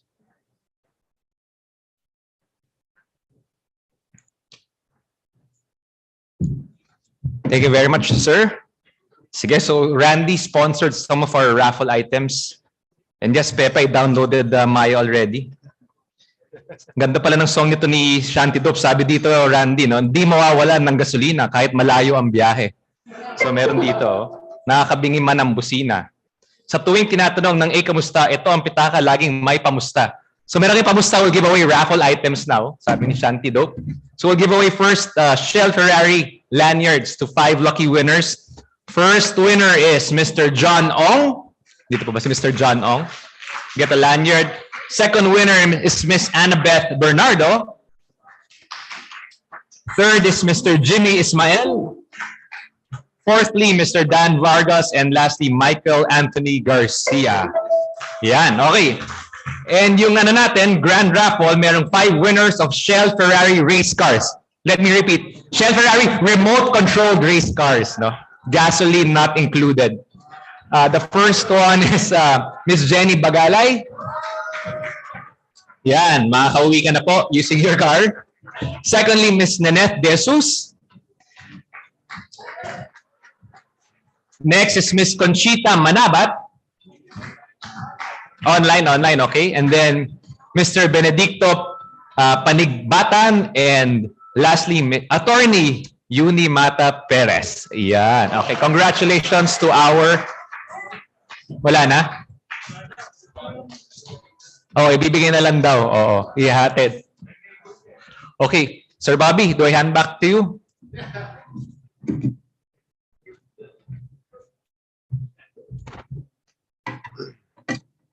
All right. So congratulations to all those raffle winners. So now I call on the CFO of Shell Pilipinas and Chairman of the YFO Committee, Mr. Ray Abilo, to deliver your closing message.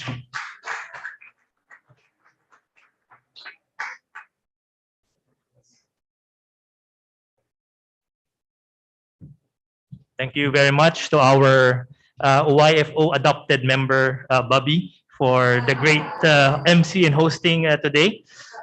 Good afternoon, Phoenix colleagues and guests. On behalf of the YFO committee, I would like to express my sincerest thanks and admiration to our distinguished speakers today. Randy Del Valle of Filipina Shell, Paulo Campos of Zalora Philippines, and Pepe Torres of Maya. It has been an absolutely inspiring afternoon, seeing how our young and dynamic business leaders actually shape and evolve the future of businesses in our country. The challenges that we have faced in the past 2 years have been unprecedented, and the pace of change is actually exponential. And a number of new norms or consumer behavior has been created and changed. And that is actually the impetus of change, or the impetus of why the world needs young leaders like them who can imagine, innovate, and break new grounds, meeting the evolving needs of the Philippine market. Which reminds me that actually the average or the median age of the Philippine population is 26 years of age. So hearing from our speakers today, the future of our businesses in the Philippines is looking very promising and bright. Do you agree?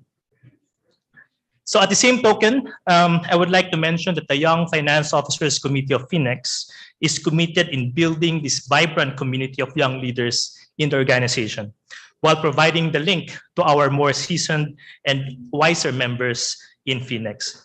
We aim to support the professional development of the YFOs and become active members and participants in the activities and advocacies of Finex. This year, we have planned a suite of exciting programs and activities ranging from networking to mentoring, webinar, as well as a Young Leaders Summit towards the end of the year. And I would like to ask for your continued support.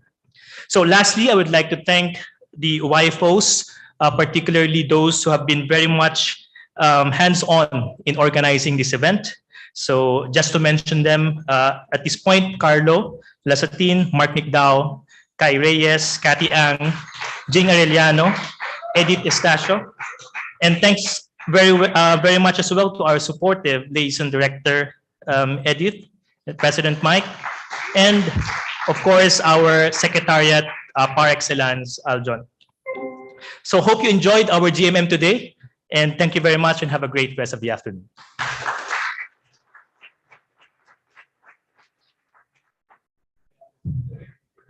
So again, thank you very much, Chair Ray. So job well done. So with that, again, I'd like to thank everyone who stayed on. We know it's already overtime, but with that, I'd like to call our 6th general membership meeting to be adjourned. Thank you, everyone.